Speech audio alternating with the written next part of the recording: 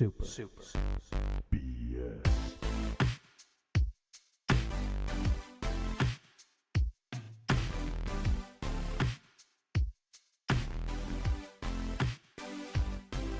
Yo, what is up? What is up, everybody? What's up to our listeners? This is episode 45 of the Super BS Gamescast. We're stoked to be here, reporting live from Dave's back room of his garage. The back room. The back room that my grandpa built with his bare hands. God rest his soul. Anyways. I just want to let everyone know that Dave really wanted to try an experiment today where we all jiggle our keys and cough, sneeze, drain our ears into the microphones constantly. Dude, how does ear draining sound? Let us know what you think when this episode airs. If it works, we'll yeah. That leads perfectly into the next thing I want to say, which is, comment, rate, and review the show, specifically on ear drainage. How does that sound? What do you like about it? What do you really love about it? Actually, what he really said was that we weren't allowed to do those things to make extra noise, being very strict with us today. Mm-hmm. But he also wanted to make sure we extended those orders to the audience. So if you're listening, please don't jiggle your keys, cough, sneeze. We'll know. Yeah, we will know. We will know. Try not to fart too, because we do smell Josh, that. and your bad fart jokes. This guy's obsessed with farts. You get one. You only get one. Why? I want more. So before we begin, yeah, exactly. Rate and review the show. Hit us up on social media. Send us an email. We'd love to hear from you. Read your comments or questions aloud on the show and answer them to the best of our ability. Tonight we have actually a very special treat for you all. We have a guest on tonight, and his name is Evan. Evan, welcome to the show. His last name is Nessence, actually. Evan Nessence. Oh, That's the special treat. It is. he's going to bring us back to life. Yep.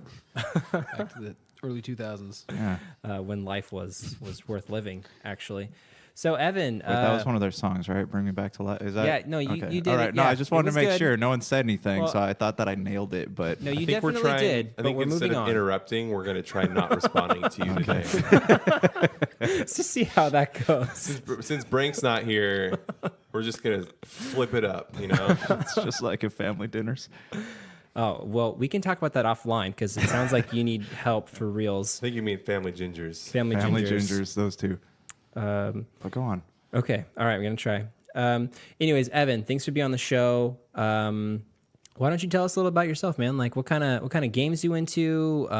What kind of podcasts you listen to? What kind of games have you historically played? I don't know. Just like what is Evan? Hair products. Yes. Very good hair products. Electric The hardest, razor most or- elitist hair products out there. Yeah. That's great. Historically, a big MMO guy. Anything where I can absolutely slaughter people in an endless amount of slaughtering. That's so like Butcher Sims. Butchering. Nice. Wow. Interesting fact. Butcher. MMO is actually the same letters as mom. That's true. Just rearranged. A lot of MMO players live with their moms. That's true. And Think about it. we're going to touch on that later as our final topic of the evening. Moms and MMOs. What MMOs do you specifically play? Or have you played? Darkfall, EverQuest, Dark Age, Anarchy Online, EverQuest 2, anything where I could loot people's stuff and steal it. So you play Ultima Online? I did a little bit.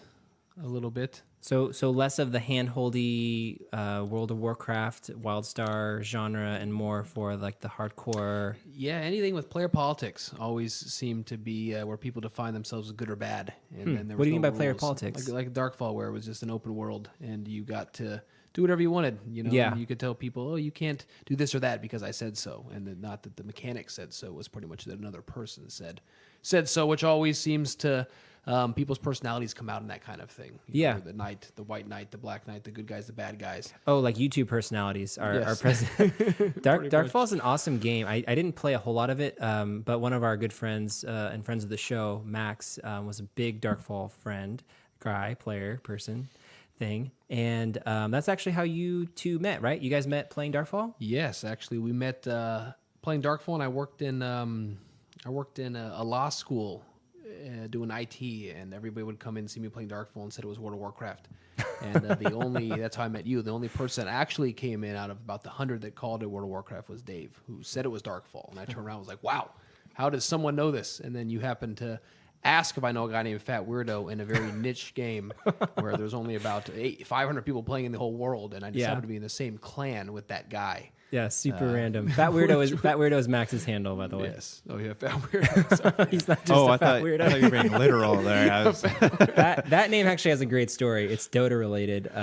We can come back to it, but It's given to him by his mother. yeah, it's Right like out a the Native womb. American tribe. It's his MMO name from his MOM.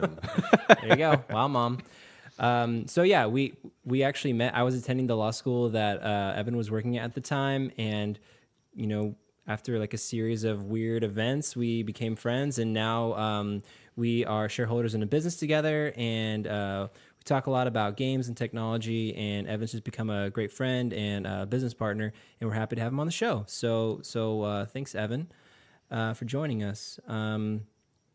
So who else is at the table? Who are our non-special guests? Well, me Josh, first. I think Josh is a special guest. That's true. Always special. Asterisk. Go ahead. Well, you already told them who I was. It's JJ. It's JJ. JJ. Hey. JJ Abrams. I like JJ.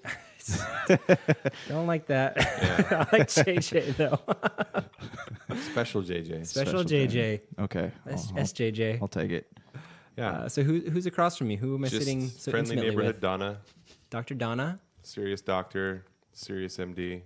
What are you prescribing to listeners these days? Black hole treatment. And I don't know what that is. It sounds intimidating. yeah, it's actually highly erotic, but Oh, it wow. also involves space.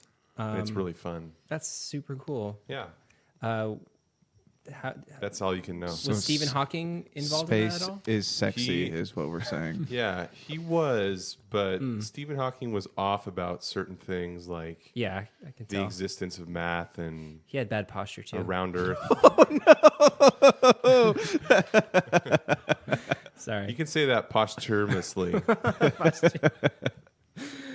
Okay, well, cool. I think we're gonna move on before I say anything more offensive than that. So Donna, why don't you tell me about the games you're playing this week, man? Oh boy. Mostly been playing this game called Mahjong. Mahjong. Yeah, like from no. Joy Luck Club. Yeah, That's, Joy Luck Club.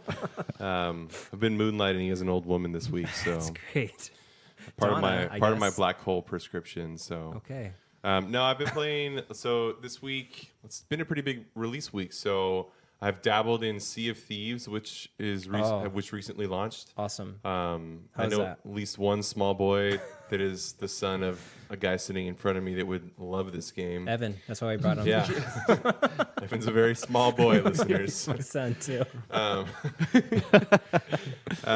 Anyway, so yeah, it's actually a lot of fun. It is definitely a very open-ended kind of experience that seems like it will be very much predicated on, like what you want out of it.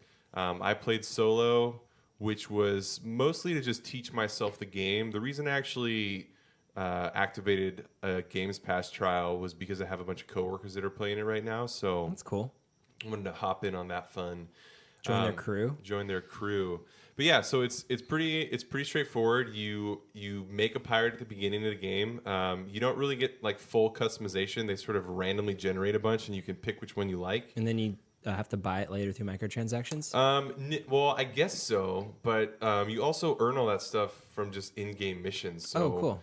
I'm sure there's microtransactions. I don't actually know the extent of I what they are. imagine there would be. I think you can buy gear, like it just like a Halo But the whole or thing, whatever. but the Okay. game is supposed to have like a horizontal progression. So everything that you buy is supposedly cosmetic for the most part. They don't. Horizontal meaning that like there's no level That's the word. progression. Yeah, that's or- the word they used for it. But basically, yeah, they don't ever want players to be better than other players based on their gear. So it's all skill based. Yeah. So like when you like shore up and like you find like another neighboring pirate ship out in the ocean, you decide to like cannonball each other. Mm-hmm. It's like your ability to do so, fight them, steal their loot, and all that kind of stuff. What kind of infrastructure does this game have? Okay, so the way the game works is even as solo, when you start your session, you play. I'm guessing you play the same pirate avatar that you create at the beginning, unless you decide to like delete it or something.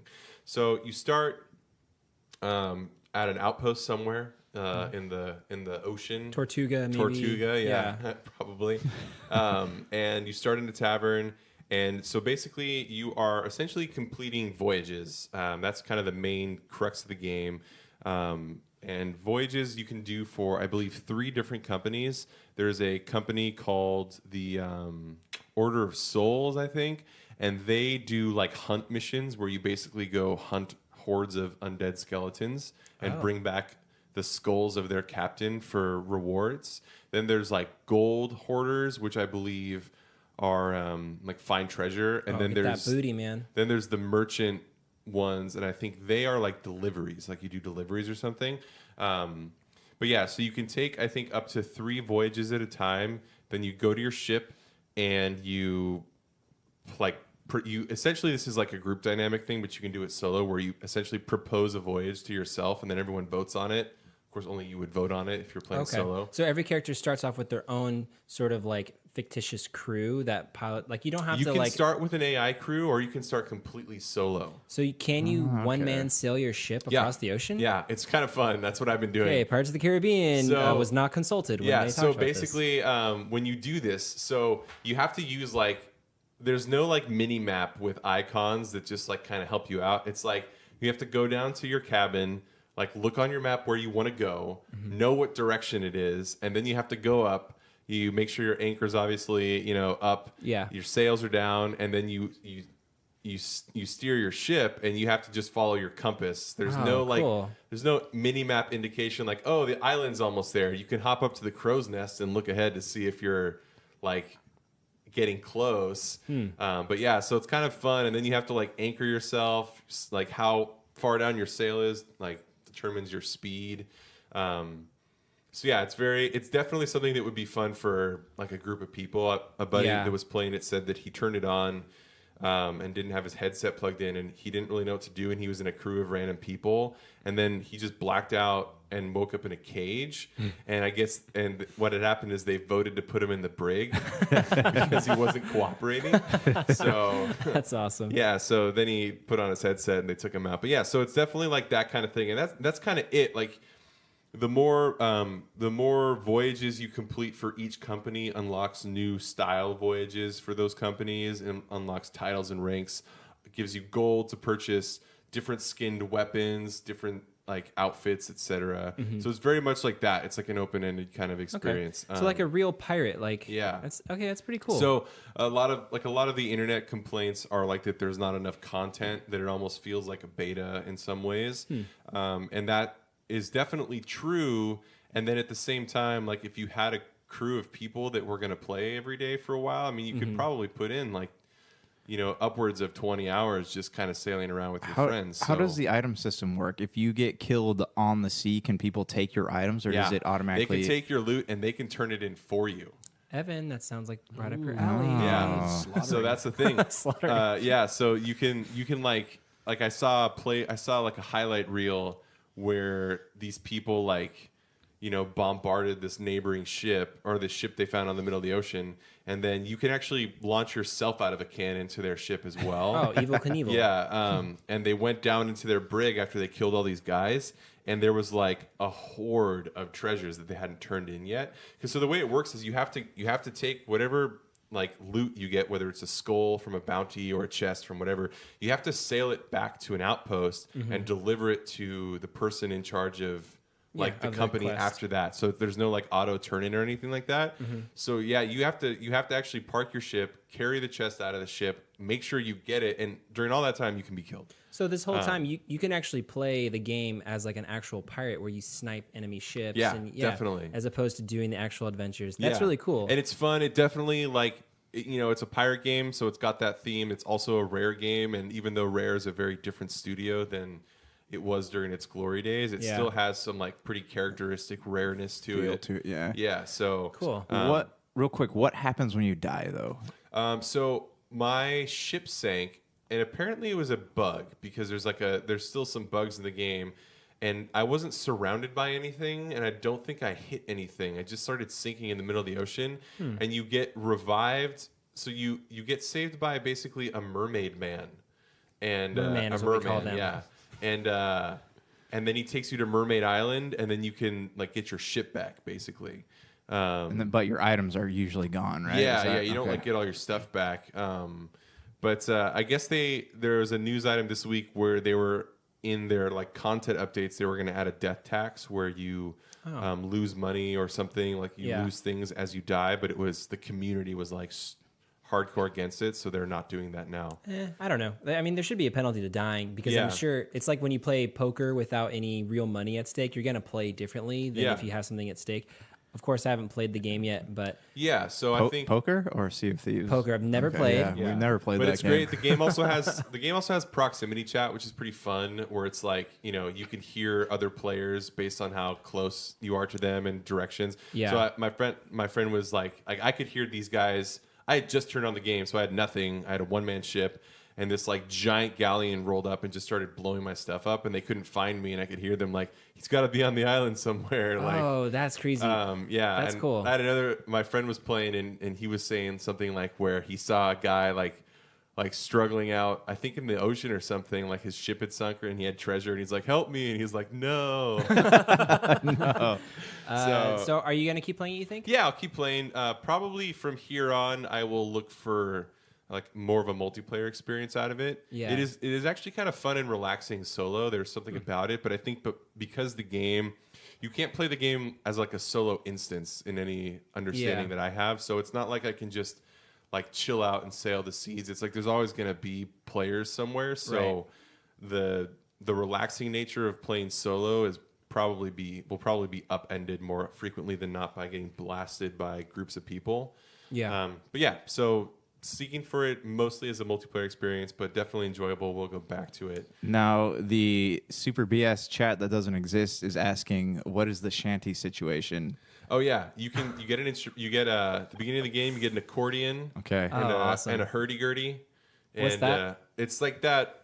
It's like got a couple strings and like a wind-up thing. It kind of looks like a lute, but not really. Okay. And you like play it this way, like by Like what Barbossa's monkey danced to in Pirates of the Caribbean? Okay, that might be. That might be more like Is a that music box. harpsichord? No, or no. what do It's you called call a that? hurdy-gurdy. It's like a Hurdy-gurdy. thing. It's kind of like I don't actually own one. I know it's like a European thing, and then also like an Arcade Fire thing. But it's Okay. like I think it's like it's kind of like a bagpipe. How there's sort of like a drone attached to it. Yeah. And the winding of it like activates that, and then So I don't actually know how to play one, of course, but yeah, it's not a music box because it's like a stringed instrument. So you get to write a shanty, or what is that about? No, you can just whenever you want. You Play can Oh, music. You can also get crazy drunk, like just that's for awesome. free. Like I just wanted to free. see how what the limits of that were. So Yeah. you start in a tavern, and if you chug your beer, your screen gets like super weird. It's not like a normal like Fallout or like one of those kind of RPGs. Wow, have you been drunk in WoW where you before? just kind of like get a blurry screen? Yeah, or it's you like don't walk you're straight. you can't stand still when you're drunk, and your screen literally like comes in and out at you, like all over bending and stuff like that, and it will actually move you to different places. So after a while, it was really hard. I kept trying to chug beer, and I had to get it refilled. So it was like a challenge while drunk to get back to the front of the bar just to get more beer or grog, I should say. Yeah, grog. And eventually, I started throwing up while drinking it. So pretty It's good. a drinking sim. Good night. Classic game. The Classic. game sounds fun though. Yeah. Would you other guys? I consider downloaded playing it and I want to play it. I just haven't gotten around to it. Evan, would you consider Is it? it like a single server? I don't actually know about servers. I'm pretty sure it's. It'd probably be continent based. They were having server trouble.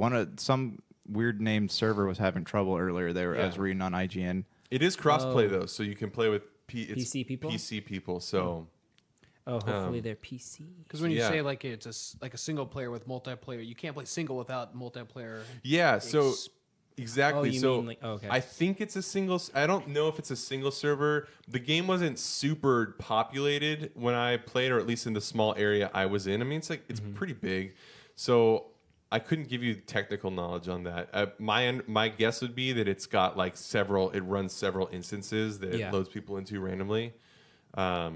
But yeah, Are there main towns and things like that, like big Yeah. port cities and stuff, where you'd find more people? outposts? They're not huge. Anything that I've found. Okay, so not like an Orgrimmar or something. From Yeah, WoW. Okay. not like that. Interesting. Well, that sounds super rad.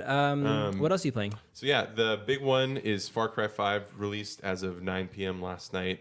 Did you play it? Yes, sure Did you did. pick it up last night or did you get it this morning? No, I had it preloaded, so I could turn it on right now. Preload. Yeah, I'm really enjoying it. They made a lot of changes to the Far Cry formula that I was kind of worried about, because Far Cry has been interesting since the second or third game, where it's been really flirting heavily with like kind of like modern day Fallout RPG elements, crafting. Leveling. They perks, took all this kind of crafting stuff. out, correct? And in this game, I was expecting this game to be even more full bore on that stuff, because like especially with the newest Assassin's Creed has essentially become like an action RPG, because it has like its RPG elements have like gone from nothing in Assassin's Creed 2 to like full blast. So where does this fit into that spectrum? This is way different. The one thing that they did, so they changed the Ubisoft formula, which has been like, in my opinion, the bane of video games for the last 2 years. Maybe that was the Vivendi formula. We don't know because true. of Vivendi's ownership. It's true. Well, so they changed the Ubisoft formula where you basically get a giant map screen with tons of points of interest, like go do them. In this game, your map has a giant fog of war on it, so you basically only discover things if you walk around, almost more like Fallout, for example. Yeah, real life. Or real life. So weird. Yeah, it's so weird. It's so real. The setting is a nice change too. Even though Far Cry 3 and 4 take place in different places, they both kind of have that exotic locale feel. It's like you hunt tigers and things. It's cool, but Was it Blood Dragon? Was that the expansion for Blood Dragon's the That was- 80s. the 80s That's one. great. That was yeah. fun. That was a lot of fun. But the last Hopefully- main games were like Nepal or something. Yeah, right? so hopefully they recapture some of that with the DLC for this game. That'd be 'cause cool. Blood Dragon was great. I loved it. The guy left. He just left the studio. The Blood Dragon. Yeah, the guy, the physical. the physical Blood Dragon. No, the guy that directed that, he left. Yeah. But yeah, so they so the things they took out crafting, and they took out all of the experience point system. Actually, in turn, they substituted in with this perk system. And you get perk points, Ew. which sounds so perky. But Percolating. essentially what it is instead of getting experience for completing missions, for killing guys, for etc., you actually get points to a lot to skills based on your like trying out different play styles. So it's like, instead of like, oh, you raided a base and you succeeded, here's 1,000 experience points for you. It's like all of your skills that you can learn cost a variety, like 1 to 10 or 1 to 9 points or so. And you earn a point by like skin a deer, kill 10 guys with a flamethrower, like do takedowns 15 times, do melee takedowns, do like handgun takedowns, like all these different aspects, like kill 10 people with a plane, like kill 100 guys in general. That sounds like Shadow of Mordor, kind of. Yeah, it is a little bit more like that. But yeah, so it's actually kind of nice because it encourages. I mean, like, I would never pick up a flamethrower in a game like that just because I don't ever like them. So, Yeah. but today, like, I found one, and so I decided to make sure I killed 10 guys with it before I ditched it. That's great. It and encourages that. Encourages, yeah. Waste not, right? Waste not, Waste yeah. not. So wait, real quick, what's the setting of Far Cry 5? Because that seems to me like the most compelling part of the game. It is pretty interesting. So the setting of Space. Far Cry 5 is space. Black holes. But it looks just like Montana and is called Montana. That's nuts. Yeah, so it takes place in Montana. There is a militant cult that has taken over. They've sort of like spread in, buying up land. They're like a doomsday cult. It's got a very like BioShock Infinite vibe, minus the like, it's a little more end of the world and a little less like the ultimate American dream. Yeah, like but it's Haven like status. But the way that it's like pseudo, like religious. But there's like a super charismatic leader, and everyone's kind of like obsessed with him. And there's kind of like, it has a lot of those like quiet moments that BioShock Infinite had, Oh, those but then are, like, the best parts. also kind of mixed with Fallout. So it's kind of an interesting Cool. mix. I'm really enjoying it for that. What kind of a character are you? Are you like part of the cult, or what are you? So you play a deputy who's like first day on the job type cool. of thing. That's And awesome. you are going with a U.S. Marshal, the county sheriff, because the cult has sort of like slowly taken over. So Mm-hmm. now they're becoming like, they've been not too militant, but they've been kind of like slowly like, you know, buying out land, like Okay. forcing people off property, etc. Mm-hmm. So this U.S. Marshal wants to go in, like take their leader and like thinks it will make the cult scatter, which of course doesn't actually happen. No, we're not getting into spoiler territory, are The we? thing goes according to plan. Game's over in 10 minutes. Cats wrap are it up, there. Yeah. So one of the big critiques I'm hearing is that people are saying they kind of cheated in the story just by taking something that's socially relevant right now and put I'm molding finding a game less out of it. of that than I was expecting based on reviews. I think you're talking to more of the like. There's a lot of people that think. I mean, I think you're talking like Trumpisms and stuff like that. Yeah, right? yeah. Everyone was saying that basically we're like cheating just by like taking news stories and putting them into Are a you video serious? game. Because like, wait. I think that's stupid because It is. I was just curious, like how much of that this is such a like obvious in the- timeless aspect of American history, though. Like the weird cult thing, like Jonestown, where people like go and obsess over this like Yeah. charismatic leader. It's not like Donald Trump. What's that Yeah, church? and the guy doesn't really resemble Donald Trump in any You know what way. I'm talking about? Catholicism. But I think I think that the Trumpism stuff or the current political climate stuff is more in like subtext. Like there's subtle references with other characters that work for different things and that you encounter that kind of paint a picture of what's going on outside. Because essentially what it is now is you're in a part of Montana that the government just doesn't really care to do anything about. So it's like they're not going to send the National Guard in to just wipe out this cult. So it's like you're kind of on your own. So the kind of like portrait of modern day America is not really like super prevalent in it. I mean, there's definitely, it's a cult, so there's a lot of like references to extremist behavior involved. Is it like Westboro Baptist type thing? No, they don't really not shoot terrorists. people. Just going back to that, what you said, Josh, like even if it was something that was directly pulled from today's news, like who cares? Like that doesn't matter. That's what a lot of no, that's like a lot of movies, music. Yeah, art no, in it's general. everywhere. Art is, yeah. I mean, and Ubisoft is known like in their games they just poke fun at both sides. So I mean, it's not really a big deal. They're French Canadians. So. Yeah, so they're allowed to. They're like the BBC. Yeah. There was a militant cult in Oregon that took over, right? And like they burned some land, and then the government was going to arrest them, and so they all like the whole town rose up, and these guys actually took over and tried to, Really? say no to the government. They were like, we're not going to go. Oh, to those jail. the Bundys? No, what's their last name? Those are Thinking serial of Married killers. with Children. No, it was Oh, up there. shoot. Yeah, they burned a bunch of people's trees on their land because they wanted to get it off. Or When something. was that? The Ranchers, Not- right? A couple years ago. Not Oh, too crazy. far, but Was it a the whole guys who own the ranch? militant cult Yeah. rose Yeah. up against it, and You mean Skywalker Ranch? Skywalker Ranch. Yeah. Yeah. That's crazy though. I didn't hear about that. So I think too. I don't know. Coming up from like a religious background, I always find this kind of stuff a lot more interesting. So Yeah, same here. I'm hearing things about the story that comes up, but right now I'm like the kind of first region it pushes you into. Basically, there's like a family that runs the cult. There's the leader, and in order to get to the leader, you have to take down his 3 siblings who run one of 3 regions. And the region that you can go wherever you want, but the region it kind of like says go here. Like if I were you, I'd go here first, kind of thing. Yeah. Is run by basically like a weird version of Tom Cruise from Magnolia.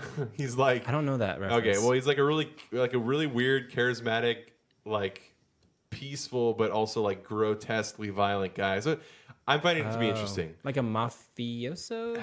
Yeah, how like would a I Don. describe him? No, he's like he broadcasts himself on TV as this kind of like everyone needs to confess, and he has like this whole like because everyone's in charge of a different part of their like cult. Oh. So this guy's the like initiator guy. So he like cleanses everyone, and then Yeah. if you survive, you like are a part of the cult. Oh. And then up north is like the brother that trains them all to be militant, like all the combat and stuff. And to left is some creepy chick that drugs everyone. So Oh, nice. You got to have that. gotta have Every that. cult needs that. Yeah, well, there's like a drug in the game called Bliss that apparently everyone's hopped up on, and if you encounter it, like you'll find shrines that people have built, and so instead of like a normal Ubisoft game again where there's 1,000 points of interest for you to go to, there's a lot of things like you'll discover a shrine, and if you destroy it, it's like you're slowly adding to your resistance's power, and you're taking back the region. But at these shrines, a lot of time it's like you'll see this like green gas, and if you walk near it, your screen will get like you'll start seeing stars and this like really trippy, weird lighting effect, and that's the bliss that everyone's hopped up on. So Interesting. Anyway, it's a pretty interesting game. I'm enjoying the change because it's requiring me to play in ways that I wouldn't normally play. So far, I've mostly stuck to stealth bowing everyone because it's just so fun. Sounds awesome. To go take out a base, but there's also impetus to play in different ways. Yeah, play a little more because loudly, like it's with your like, oh, flamethrower. because I want to like get my shotgun kills, or it's Yeah. like all that kind of stuff. That's cool. So I think that's kind of a nice addition. It's if they weren't going to go full RPG with it, I'm glad they took it back and instead made a way for you to sort of free play. The landscape is beautiful. I am playing on a 1X, so it'll look better than it would on a regular Xbox One, I Yeah. guess. But I don't think the game is actually specifically enhanced in any way either. Not yet. There's a version, the one in the collector's box was supposed to be enhanced in 4K or something like that. Interesting, yeah. Oh, cool. Yeah, there's like typical HDR settings or something, but there's Yeah. no like native 4K that I found. But yeah, so that would be mostly what I'm playing this week. I'm pretty sure there was another thing I had started. Oh yeah, I'd played some of Conan Exiles, which is a early access game currently. It's a survival game.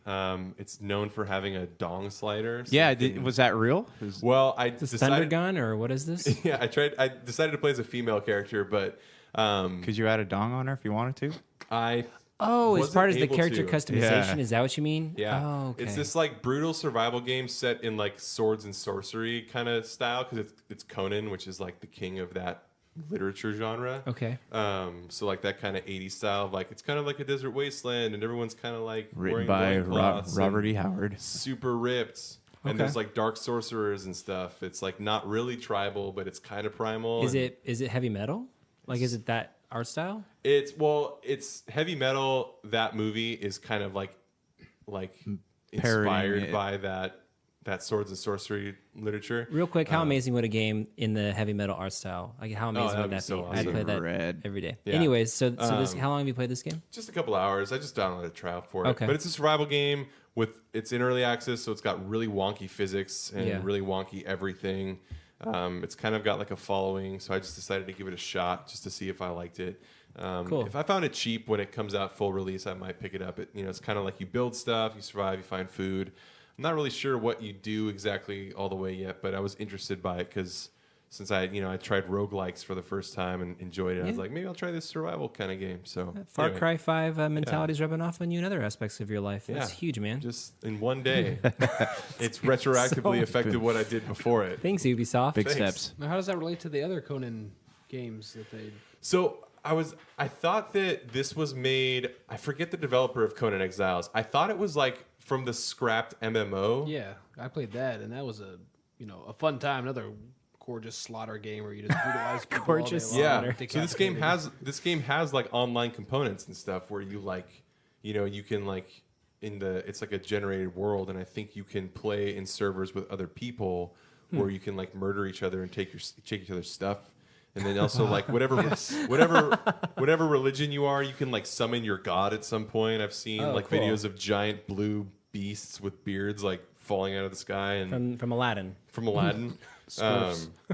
Yeah, so it's another game, even more so than like Sea of Thieves, which has zero tutorials.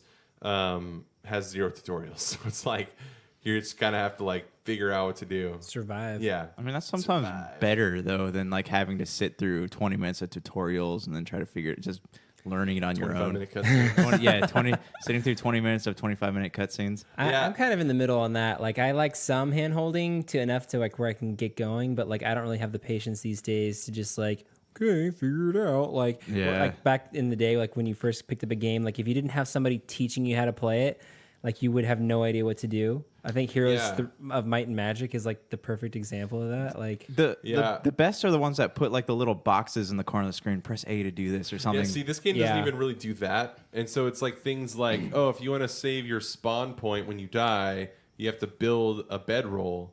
But if you find bedrolls out in the wild, you can't use them. So it's not like that kind of thing. Like even in what we were just playing, Dragon Quest Builders, if you find a bed in the wilderness, you can sleep in it. yeah. But with this, you can't. So there's nothing to tell you that. So I spent like 10 minutes trying to figure out why I couldn't use this giant fire in bed that I just murdered a bunch of tribal people around. Nobody's And, like, using That is it. confusing. Yeah. It's also pitch freaking black at night. So Go to bed is what they're Yeah. trying to say. anyway, so that's pretty much it for me, I think. Cool. Evan, what are you playing, man? What are you doing these days? A lot of VR stuff. Okay. What kind of VR stuff are you Mainly, doing? there's a lot of stuff they cut. There's a Raw Data is Oh, I saw that at E3. yes, that's a really unique AAA game. It's Who makes it? A horde game, Servios. Okay. Servios, which they just came out with a really cool a racing game that's like roller skates on acid, which is really Like cool. roller derby? Yes, You're not rolling over acid. Like Jet Set Radio? Yeah, it actually feels a lot like Jet Set Radio. Okay. But the difficult part about that is you have to use a lot of arm movement. So it's Oh. not like with the arms, you have to move your arms forwards and backwards to build up speed. And then it's kind of like, imagine if Mario Kart required you to utilize your arms to move. And so you have to move through the entire environment and you go Sounds on exhausting. multiplayer and you have to, shoot shit at other people. Yeah. Are you busting out your shake weights to kind of like get in the definitely that mood helps there? with the forearms on a Nice. shake weighting or just alone time. But Sharon Marsh action. Here is some cab fare. But there's a lot of fun stuff out there. Raw Data is a really unique experience where you can hop online, play against other people, play a horde mode. It's difficult, it's scary, and it feels. It just feels. At the end of it, you are drenched, you're sweaty, you're tired, your arms ache, but you felt like you accomplished something. Wait. Okay. So real quick, what's the horde mode? Like, are you like rollerblading away from like a bunch of guys? That's in the roller skating game. So okay. Survivos, they have 3 games right now. They have an EDM game they came out with, like a DJ game that's going to be huge for them. They have Raw Data, and then they have Sprint Vector, which is their kind of racing game, similar to what Mario Kart would be if you had roller skates and had to use your arms to move back and forth. But you move your arms in a rowing motion, and then you get into a rhythm. And when you hold that rhythm, your momentum kind of gains to a plateau, and then you can jump and you have to race through a level similar to how Mario Kart would be, picking up power-ups and trying to turn and hit people with them as you continue to move your arms that sounds and cool. steer yourself. You don't have to walk or anything. No, you Okay. stand still, but it feels like you're jumping and flying over stuff, and you have to consistently be leaning forwards. Yeah. Do you? I mean, just since you're up on VR, do you think we're ever going to reach a point where there's like gyroscopic treadmills that for? It's with the right now the current cubic square that you can sit in was a 15 by 15 foot square that you Okay. can sit in with VR, but it'll be 30 by 30 foot, and it will be even more than bigger than that afterwards. So you'll be in a 50 by 50 foot square. Granted, I don't know who the hell has a 50 by 50 foot space to sit in. The Tabernacle actually got a lot about cubic measurements. So But that will be. Do I think like the?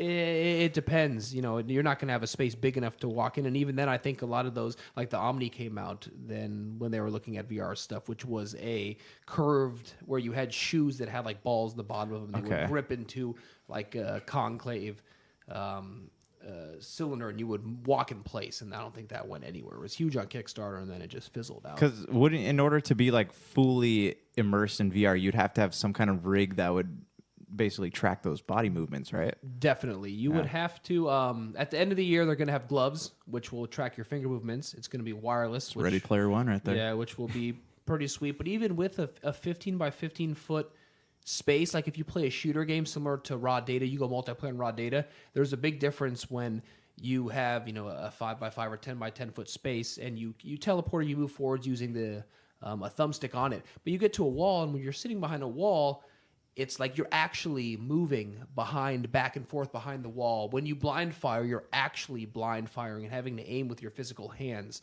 and guess. When you're ducking and crawling, you're actually ducking and crawling behind stuff, which makes a big difference. And then previous FPS games I've played, which now it comes down to true hand-eye coordination. Not like just- super hot. Yeah, like it's super hot, like what you were playing when you came over. Like that's how fast can you possibly move? But when you go against other players in this kind of stuff, it's like when you go behind a wall, you physically have to move. If you hear something behind you, you physically have to turn your head or your neck, and it's like how fast can your body move and turn and react, and then understand what you're looking at while whipping your hands around and aiming at the same time. Same with aiming down scopes or sights and weapons. Like you have to physically move the weapon in front of your face and look down a tiny sight. It's not like a lot of FPS games that they are now, but because of that, Same with Arizona Sunshine's a big AAA game that came out with zombies, and that's pretty fun and immersive experience. I've had a lot of friends who have played that and can't get far into it because of just how terrifying it gets, as where it gets dark and the zombies are running and sprinting at you. And I had a lot of trouble with that game just because of like the mechanics of reloading and stuff like that. How do you do it? How does it work? Do you have to? You like click your hip or something. What do you do? Yeah, so the Vive controller has a big round button in the center that you would drop the clip with, but a lot of people under the grips on it allow you to pick weapons up, and they would go to reload it, and then they would grip their gun and come up with a hand, and the zombies would eat them because they have nothing in their hands. Yeah, it happened to me a lot. I have sort of a weird question. I'm always debating this with people. Do you think that VR games like that, how you said people are too scared to play it all the way through, do you think we're going to reach a point where people can get PTSD off of VR games? I've seen people get vertigo off of them. I've seen just a couple of experiences that limit the range of your motion and your hearing and your movement have caused people to not even be able to experience the thing fully.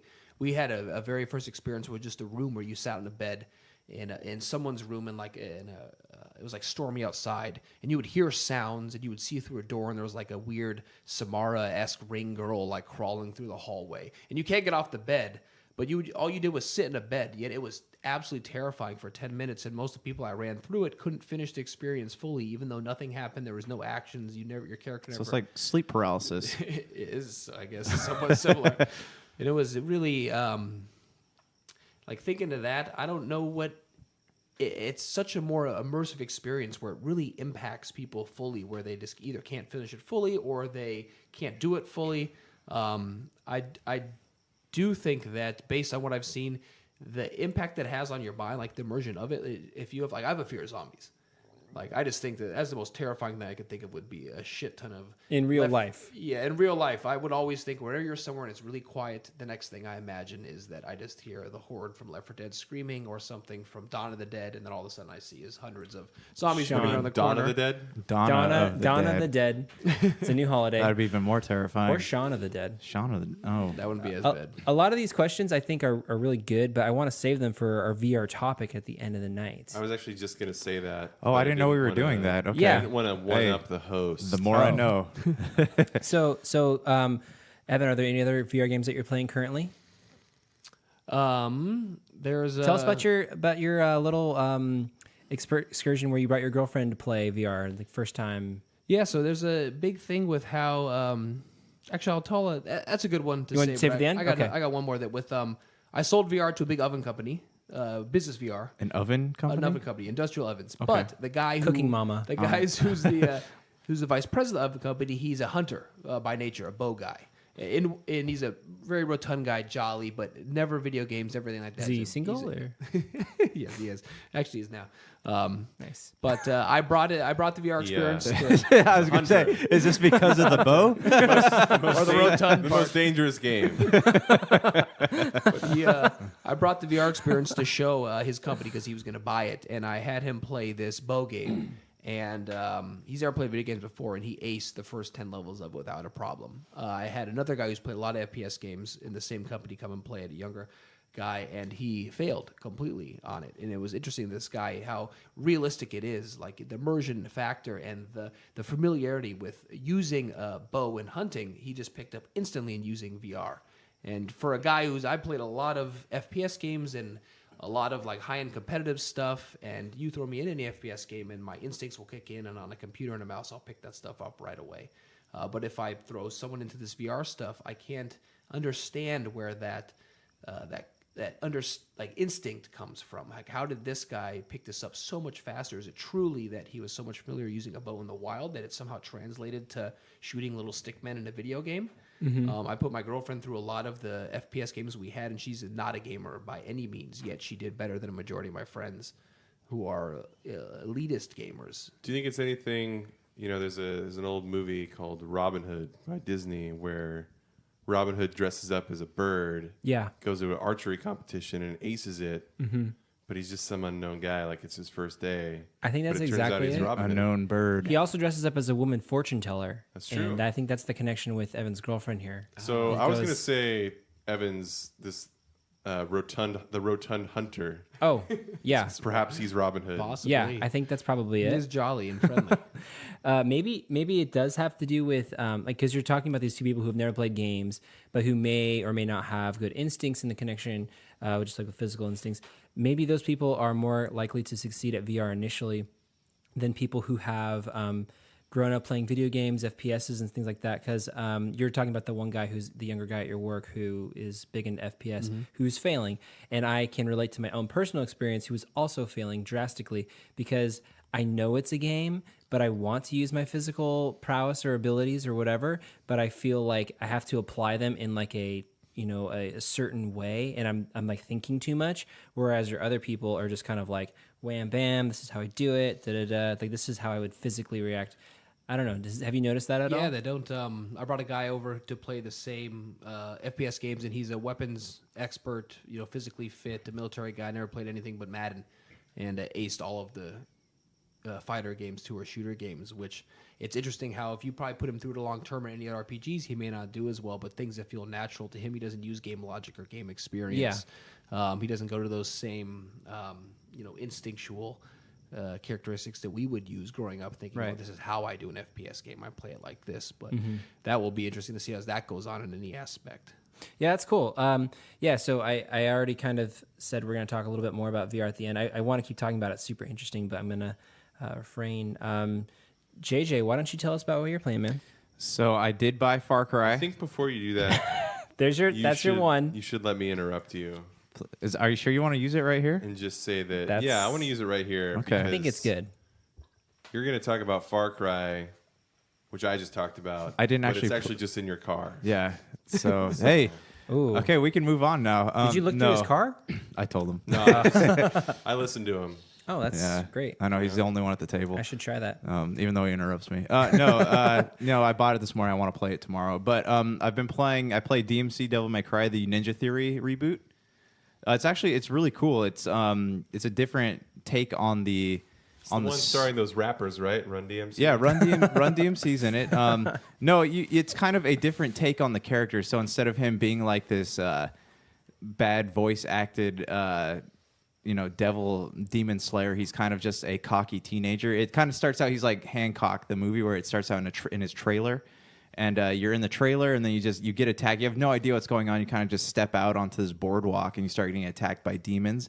And everything that happens, with demons, anytime you get attacked, it takes place in a separate world. So it's like you get sucked into an alternate reality. And then once the fight is over, you get put back into the real world. So basically the game is you team up with your brother Virgil, who is trying to explain to you there's people, because of who your father is, and you keep getting flashbacks of him as a kid. And because of who your father is, he's the demon warrior king or whatever named Sparta. And there's some people who are trying to kill you or use your ability to, or kill you to get you out of the way so that they can create some kind of hell on earth. But it's a fascinating game, and I like how it's kind of like they took a lot of mechanics from like Heavenly Sword, where you can kind of swing. You have weapons that will extend, and you can use that and take out masses of demons at once. So I'm about 2 hours into it, so I'm looking forward to playing more of that. And I have been playing more Lost Sphear, and I gotta say, I'm having trouble getting into the story.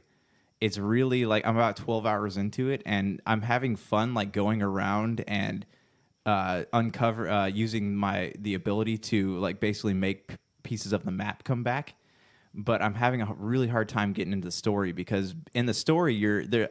I don't know what the story is yet. You're supposed to the Empire or whatever hires you to, not hires you, but asks if you'll help them bring all the lost or missing pieces back to the world, because they keep disappearing. So you got to go around, you got to talk to people who remember the things that disappeared, and then you use those memories to bring the things back. And I'm right at the place where, I don't know how far the demo goes into it, but I'm at the place where you first encounter the mech graveyard, where you start out in the beginning of the game. I'm finally back to that point, so I'm about to go into that temple right there.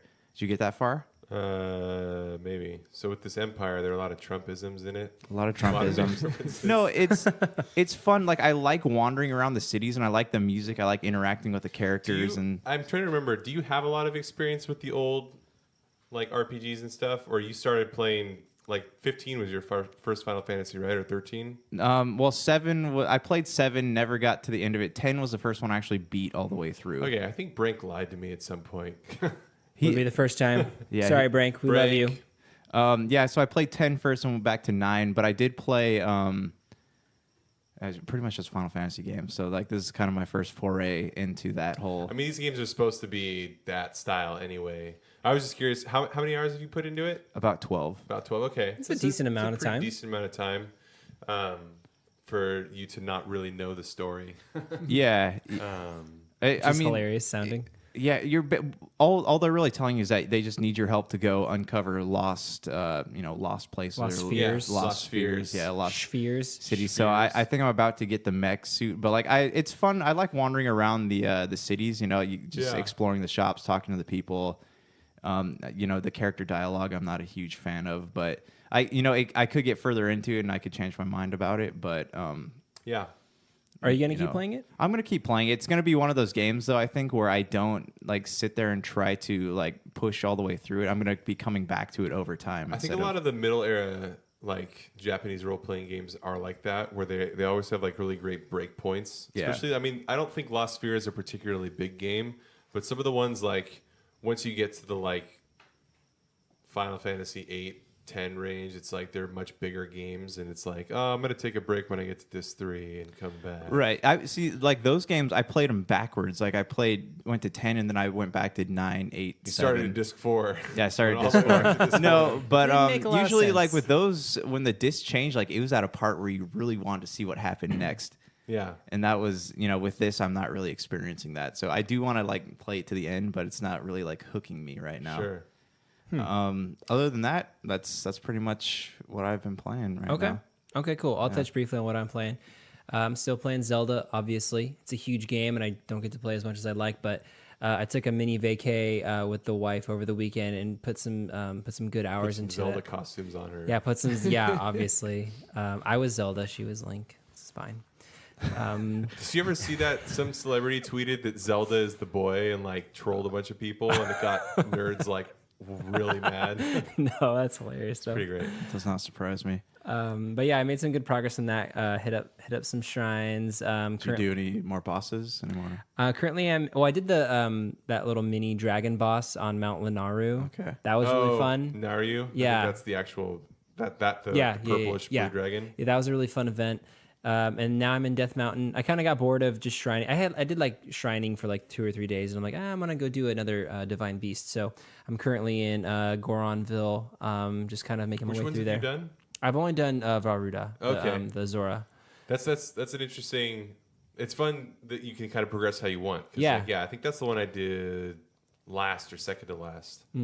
It's cool too that you can, once you get to that area, like once you slow down the divine beast or whatever, you can leave and then come back without having to do the thing where you have to like make it stop or whatever, get inside of it. You can just kind of just Oh yeah, Oh, you where don't you have change- to. You don't have to finish the boss in Yeah, one run. yeah. In other words, yeah. Yeah, you mean where you like allow yourself to get into it, where you change the weather, change the rain in Varuta. Right, area? you don't Yeah. have Well, to no, do all I that. think what he's saying is like so you have that whole mini battle with Sidon where you're like riding Yeah. his back and shooting out his turrets or whatever, and Which then is once you awesome. actually get onto him and you Yeah. set that point, then you can leave. and Yeah, just no, come back that's in. what I'm saying. Yeah, because but in that situation specifically, it's raining constantly, and then once you do that event, it stops raining, and Yeah. then you can explore a little bit more.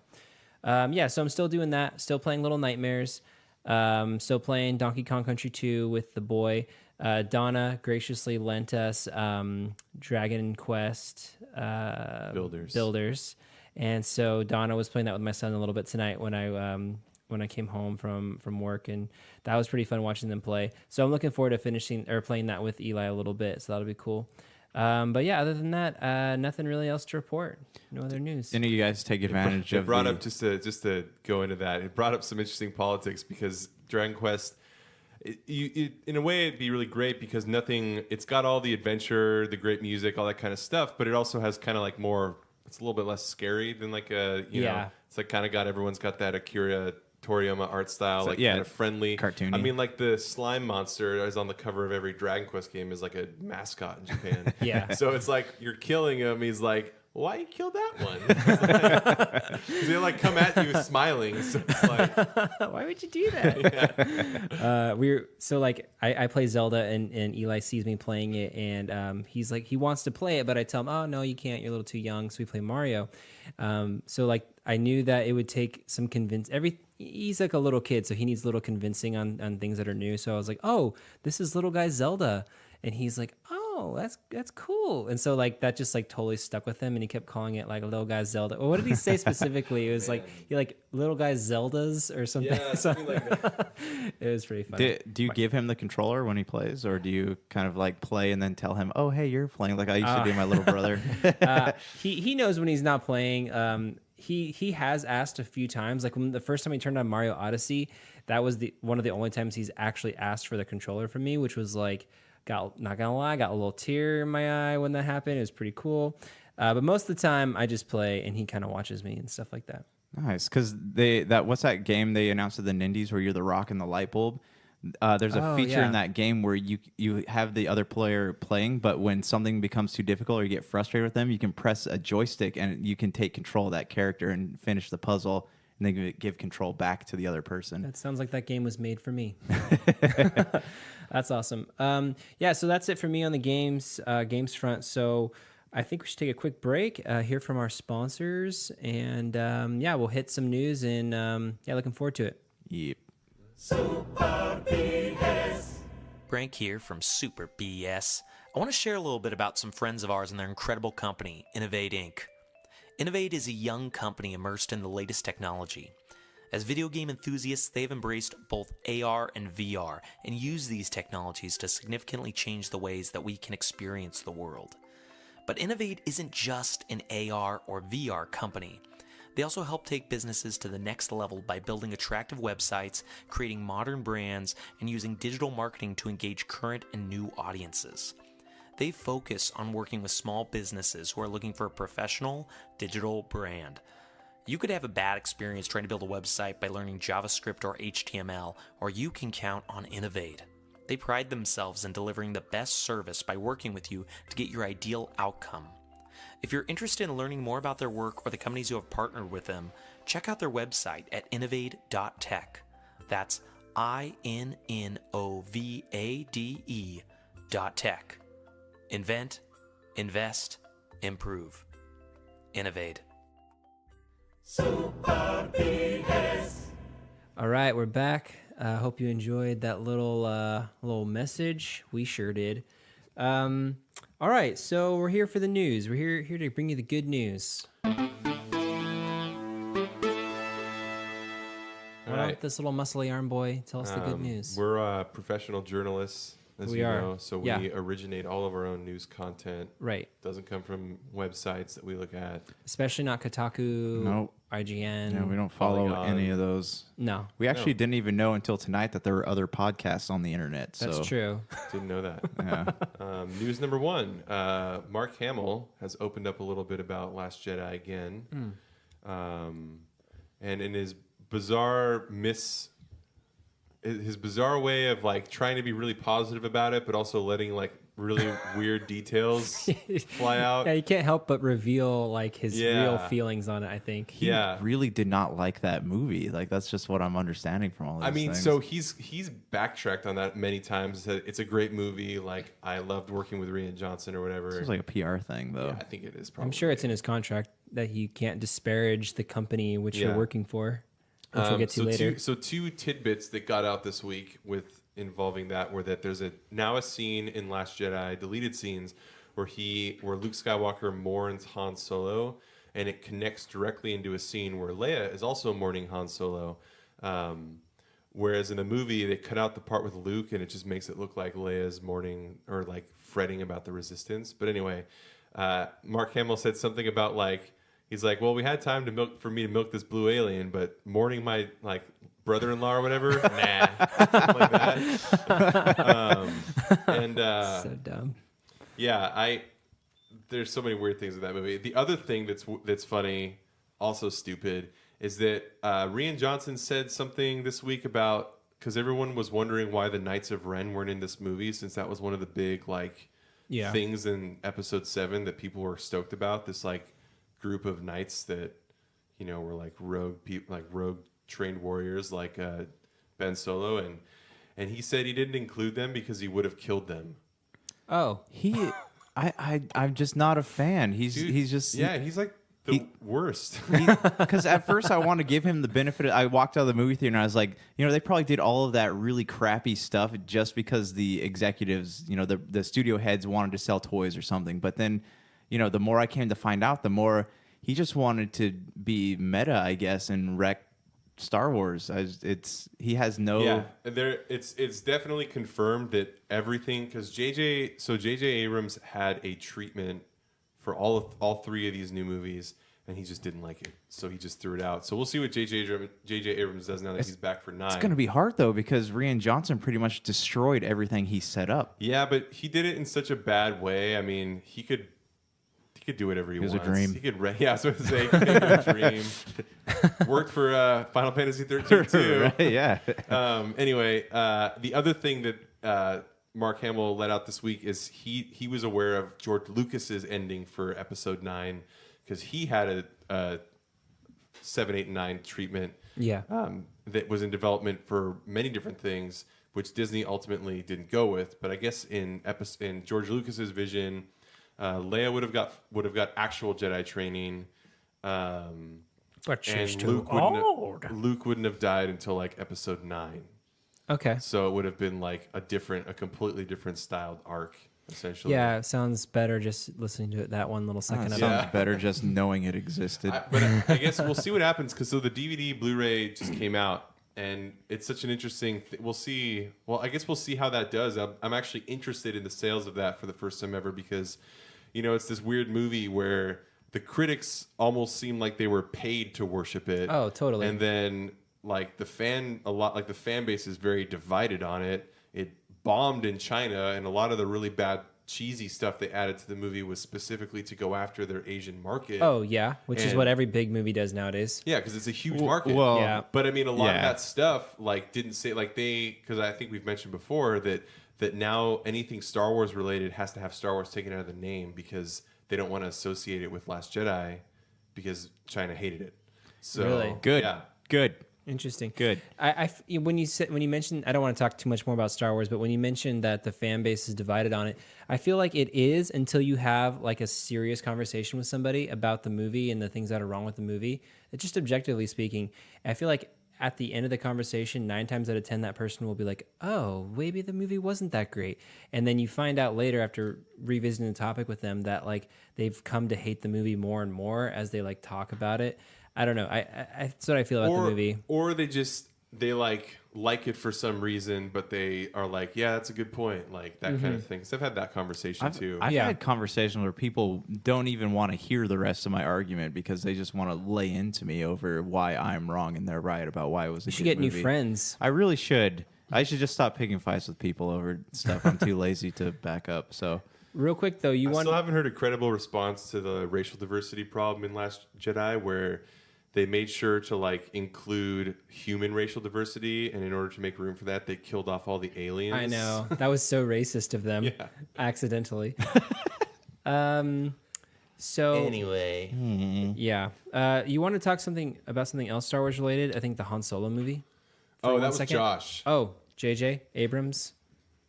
what did I want to say about it? I didn't have anything to say about I it. don't. I made a joke about your it. window, Was so- it?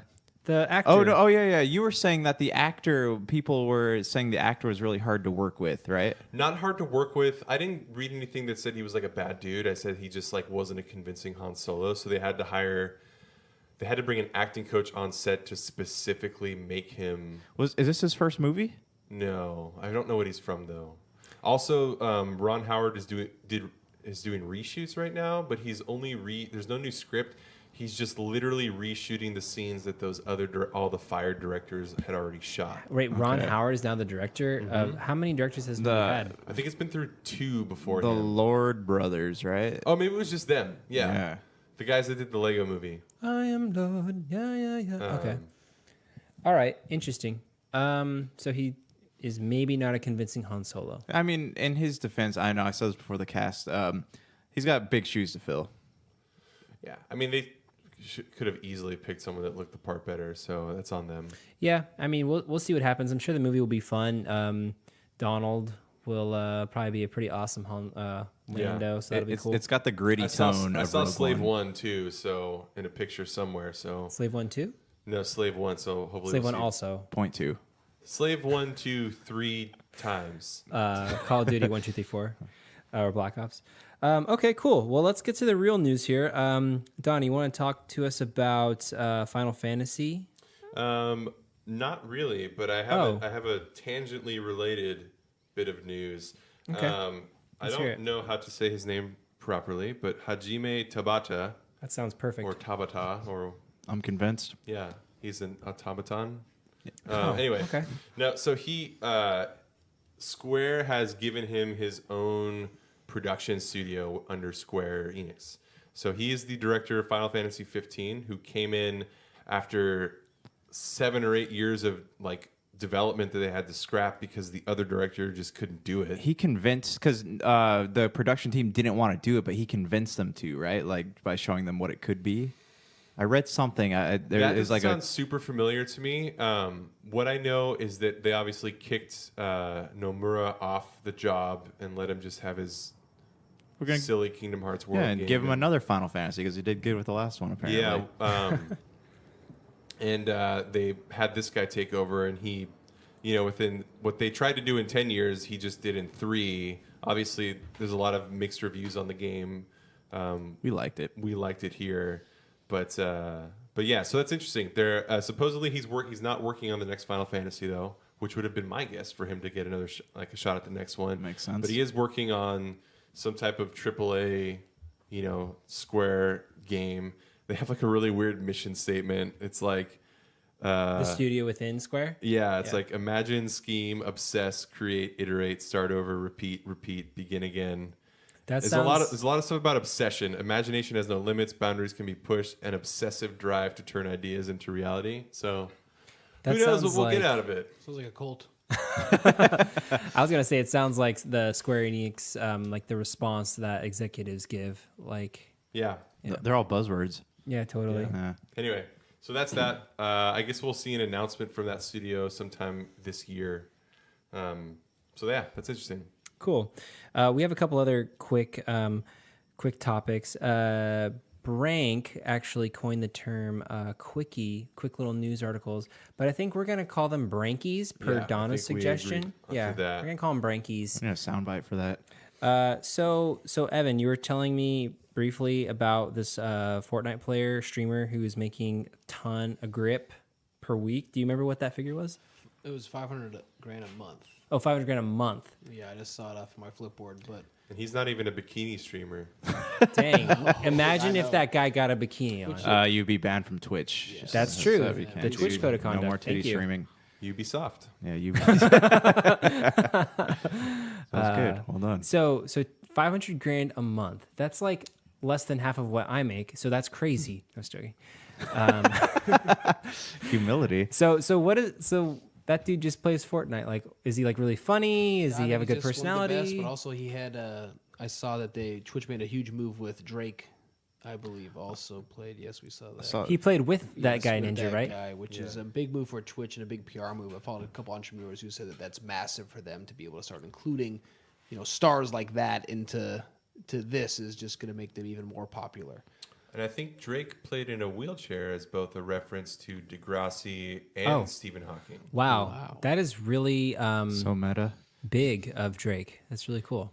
Do you, as a game like Fortnite, if it ever loses momentum, does that mean that the amount of money that guy makes each month is going to decrease as it goes, or do you think I feel like It'll increase. Yeah, the trend I see on Twitch, he's just going to hop to the next big thing to watch him play, which will be the Tetris? I agree because he's a possibly personality. competitive. It is. It's a lot of the Yeah. guys, like especially when Twitch became big. I fought a lot of the League of Legends guys when they were getting really big with that. And it's like the second that a new FPS came out or something big, a big community-based game, they hopped on it right away. They got a beta. They played it first. They instantly had 40,000 people watching. Yeah, because all the loyal. Yeah. Continued again and again and again and it will never stop for those guys. They'll just hop to the next thing. I mean, why wouldn't they when they're going to have a 40,000 person player base watching them play whatever comes next. Yeah, and plus all the promise of the new viewers who are there just because Of the game. because of the game. Yeah, Yeah, exactly. whatever it is. But that was just hearing that figure is like, whoa.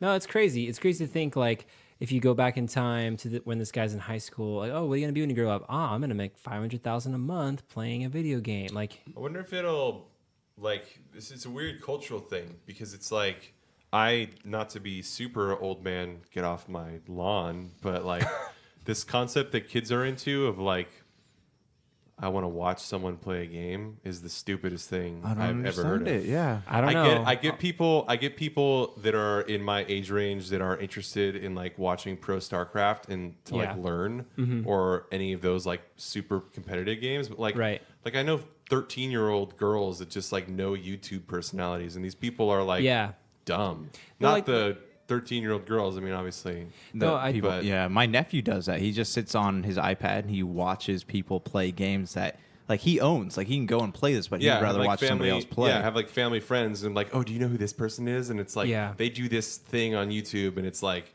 that sounds like the worst thing ever. I don't get that either. I'm more in the first camp that you described, where I follow a couple of speedrunners and a couple of guys who play like Warcraft 3 because it's like super fascinating for them to break down the game for me. A game that I played as a kid and a game that is still like growing and the meta is like really alive. I have a theory that it might be somewhat generational because Could be, yeah. As in skips a generation, because you have to think there's like the generation we are, age 30-ish, where it's like we were kind of kids in the Ultimate era, Super Nintendo. Like, I mean, there's still a reason that all of those games are still viable experiences. Like, they age amazingly, and that's kind of like what we grew up with. Whereas like slightly older than that, who's like raising kids half our age now, video games hadn't really been that yet. It's been like, and they were much a more new like Atari, like that kind of stuff, like stuff that's like less engrossing, less accessible as well. What their kids are getting into is always a reflection of their attitude on something. So it's like when I used to teach, and I'd have 10-year-old kids that like would say they like video games, but that just meant Clash of Clans on an iPad, versus like, hey, like if you checked out this new like anything, it's like they don't even know what it is because all they know is that Minecraft exists or that Clash of Clans exists on an iPad, and it's like simple because their parents, they don't really care about games in any way, so they're like the prime target for like, oh, let's get hooked on YouTube personalities or like microtransaction based games. Whereas I wonder the kids of our generation who grew up like whose parents were more actual gamers, whatever that means, I wonder if they'll have different opinions going into it. I mean, I'm sure if I have kids, once they have access to the internet, I'm going to explain to them how stupid YouTubers are. Like, It'll be something different by then, though. It's interesting you bring that up. Do you think that poses a danger to these big titles with the kids just wanting to play mobile titles all the time instead of?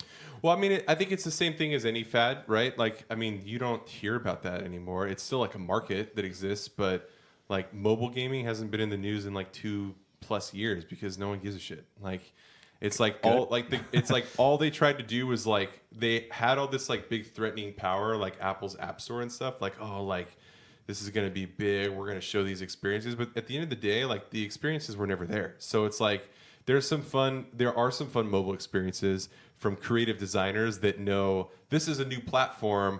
I'm going to make something unique to this platform that made something compelling or at least interesting. But for every like one of those, there's 100 like, let's like shove a platformer on an iPhone even though it doesn't work at all. So I don't know if that the mobile market is really that much of a threat, because I think with the rise of the mobile market and the sort of like supposed effect that was going to have on the large game industry, we just saw that the AAA gaming industry needed to change anyway, and it still does, and it's changing now because spending $100 million on a budget with a team of a bazillion people to make Call of Duty every year when people are less interested in it, like on a yearly basis, it won't be sustainable forever. Whereas like 1 to 2 to 10 people teams make these indie games that make a huge splash. Right. So I think that's kind of what we saw come out of the ashes of both kind of the crumbling AAA industry and also the rise of the mobile industry. But the mobile industry is so stagnant now that... Yeah, and I mean also too, it's tough because kids have really like they're being taught like just jumping from one thing to another. So they're going to have to like learn to. It's not that they don't have the ability to like focus in on one game, but they're just going to have to like teach themselves how to do it, and that's something that mobile titles like they cater to that. I don't want to call it ADD, but like the inability, just the new consumer mentality. Yeah. Quickly getting back to the streaming topic of this Branky, though, like I understand like that there is entertainment value in watching certain streamers because they're funny or they have good personalities or whatever that make the game enjoyable. But I still don't understand, doing that instead of playing the game or doing it yourself or having your own experience. I just won't get it. And also, there's nerds our age that do that too. So it's not like just kids, but Right. It tends to be like like when I have a conversation with a 20-year-old, it's like this like stuff they know about gaming culture is like so different than what I know about gaming culture. Yeah, that's a generation gap right there. Yeah. I get it too from the point where like God of War 4 is coming out. So you want to go back and see like what went on in God of War 1, 2, 3. Watch that on YouTube, whatever. I understand that. That's point different. of view, though. Yeah, It's different because he has a Yeah. kid in the game. yeah, Well, I mean, a lot of people use streaming as the replacement for what listening to music is for like droning out or like while you're working on while whatever. you're working. My roommate's a programmer for Amazon and a big gamer guy too, and he is almost 24/7 has a stream going on one of his computers. When Podcast, he's programming man. or doing it. It's to Super him. It's BS. almost this. It's a good one. to listen to. It's almost the same thing where he'll just be consistently listening to a stream. When I was working at an IT company, I had a guy playing EverQuest online on one stream, or I would have just a guy who had nothing but the marketplace in a text box in his stream on EverQuest, and I would just look at text of prices of items just for fun. kind of like background Just- noise. just I guess. background noise, watching that or hearing somebody talking. A lot of guys. I got a guy in my house who's a big gamer, who's a modeler, a 3D modeler, and then also another guy who's a programmer for Amazon. Both of them are just 24/7 streams on iPads or whatever it is, just listening. Instead of listening to music, they just listen to a stream, of guys that they like or that they find funny or games, and that becomes the background noise for them. I can't relate to that. I understand the need to have background noise or something kind of like droning in the back of your mind. I'm sure that conversation has a lot more to do with the modern music industry as well, accessibility, Probably. knowledge, that kind of stuff. So Yeah, no, and probably that's- not for this. Probably not for this No. episode. But, But I imagine the stagnation of kind of like mainstream music, but also the lack of information of where to find music that you might actually. Yeah, and like. that It's stuff like, is so accessible, especially if you're in that program and you're in that world. I imagine that every so often they find something that is like useful to them. They're both modelers and programmers for Amazon, like you said. There's just so much content, guys. Guys, there's so Seriously. much content. We're gonna have to open up a whatchamacallit. What's that thing? What's that service? Patreon. Patreon. We're gonna have to open up a Patreon just to divide our podcast up. I know we have so many downloads, guys. Yeah. Okay. So another Branky we got here. Janky, why don't you take this for me? Okay, what is it? Borderlands 3 development? Yeah, so I guess there was a tweet went out by one of the developers. Someone had tweeted to the developers saying, hey, is Borderlands 3 a myth or what is going on with this game? And he had actually said, yeah, Borderlands 3 is like really, really far into development right now. And the guy goes, can I quote But it's you a on far that? cry from being released. Oh, but the guy goes, can I quote you on that? Because I guess he worked for some kind of source. And the developer tweeted back, he said, well, it's kind of a known fact. We have told you guys that we're working on this game. So the funny thing is nobody believed that Borderlands 3 was in development, but it turns out that it sounds like it might be really far into it. So I hope we're going to see it at E3. I could be wrong, but there's an announcement on the horizon, I feel like. Okay. I hope we see it early enough so that if they really try to go like hyper realism, that there's enough backlash that they can change it. Yeah, yeah. Oh, that was a threat, wasn't it? Or a Well, rumor? the guy said something. I forget that Is Randy Pitchford. He Yeah. said he wishes it could have been more like visceral, realistic, or Yeah, he made some implication that the cell shading art style was like not. That his is what first is choice. Borderlands, though. But like that's like part of what makes Borderlands Yeah. the most yeah. memorable. Well, you know? I know. you saw the original trailer for it, right? Where is super realistic. I don't remember. I didn't see that. But I do actually. remember. I do remember something very similar to Borderlands, which is called Rage from ID. Yeah, that was Yeah. supposed to be a huge franchise, and they made one game. And I think personally, not to get into this, but I think the issue with Rage is that they tried to make it's like half ID shooter, so really fast paced shooter, And then also it's like a racing game, and it's like Oh, it's half Fallout, half Mad Max. It's Mad Max. Yeah. Is it id or is it ID? Like the id. IDK. Okay. Well, cool. Let's talk briefly about Hellblade coming to Xbox. Jane, you wanna take this one too? What was the release date on that? April 10th. April 10th, and $29.99, right, on Xbox One. It's actually 26. That too. If you get it, if you pre-order That too, it yeah. before. So you're paying the pre-order price. Anyways, it's about 7 hours. It was $40. I think I paid $40 on PlayStation 4 when I played originally. It's about 7 hours if you just play straight through the story. But there are throughout the game, there's different like runes that you can go, so you can do a lot of exploring and maybe equal it out to 9 or 10 hours if you wanted to take the time to do that. But no, it's an amazing game, and I love I'm really big into like the mental health stuff, so I love how they tackled that and actually had a team of therapists and people who specialized in mental health issues, helping develop the team, helping develop the character. And it was just it's it's your basic like I don't want to say it's like God of War, but it's your basic like you run around these places and you're trying to figure out like I don't want to. I can't tell you much because it'll spoil it if I say anything about that. But you kind of get a history of the Norse gods. You get a history of Senua and her struggle, what's going on, her where she came from, where is she going, and the ending is a real like crazy twist, but it's done tastefully and it's done in a way that meshes with the character and the message that they're trying to get across. And it's a fantastic game. So if any of you guys are on Xbox One, you have seen the game on PlayStation 4, I would definitely recommend it. Okay. Yes. Thanks, Janky. All right, so the last topic I want to talk about today is the leaked Overwatch code of conduct that has to do with the league's player base, or the players and the athletes that are part of the league, and how they can behave online, what they can say, what they can't say, their streaming abilities, and just sort of Blizzard's. What's that? There's one more thing I got to talk about. Oh, what do you want to talk about? Somerset. Oh, the Somerset House. Okay. All right. Well, we can talk about that afterwards. Thank you for reminding me. Because we missed our pre-production meeting today. We apologize for that. Well, without Brank here, our administrative skills are lacking a little bit. We don't have anyone to tell us we're stupid for not knowing things. Ignorant is what. Ignorant. Josh, if you want us to call you stupid, just let us know. I mean, it makes me it just makes me feel better. All right. Well, if you weren't so stupid, you wouldn't feel that way. So are you guys aware of the Overwatch League's code of conduct being leaked at all? Have you guys heard about that? All I read about. Say that I'm approaching this topic from a Really worried about my favorite streamers. Yeah. Okay, yeah, Say cool. that I don't know anything about this. Okay. How would you describe this to me? I'll pretend that you don't, because I know that you know more I did than a me. lot of research and stuff, but I'm testing you right now. Okay, great. Wow, this is cool. Someone just got kicked out of the Overwatch League, or people have been getting kicked out a lot in the last few months. Yeah, too, someone so- also has refused to join for relatedly, reasons that have to do with this code of conduct. Anyways, there is a code of conduct that has to do with the athletes in the league's behavior while they're playing Overwatch, and also things that don't necessarily do with Overwatch. People are acting like this is some big new thing that is reflective of Blizzard's like corporate control over the little man, all that sort of thing.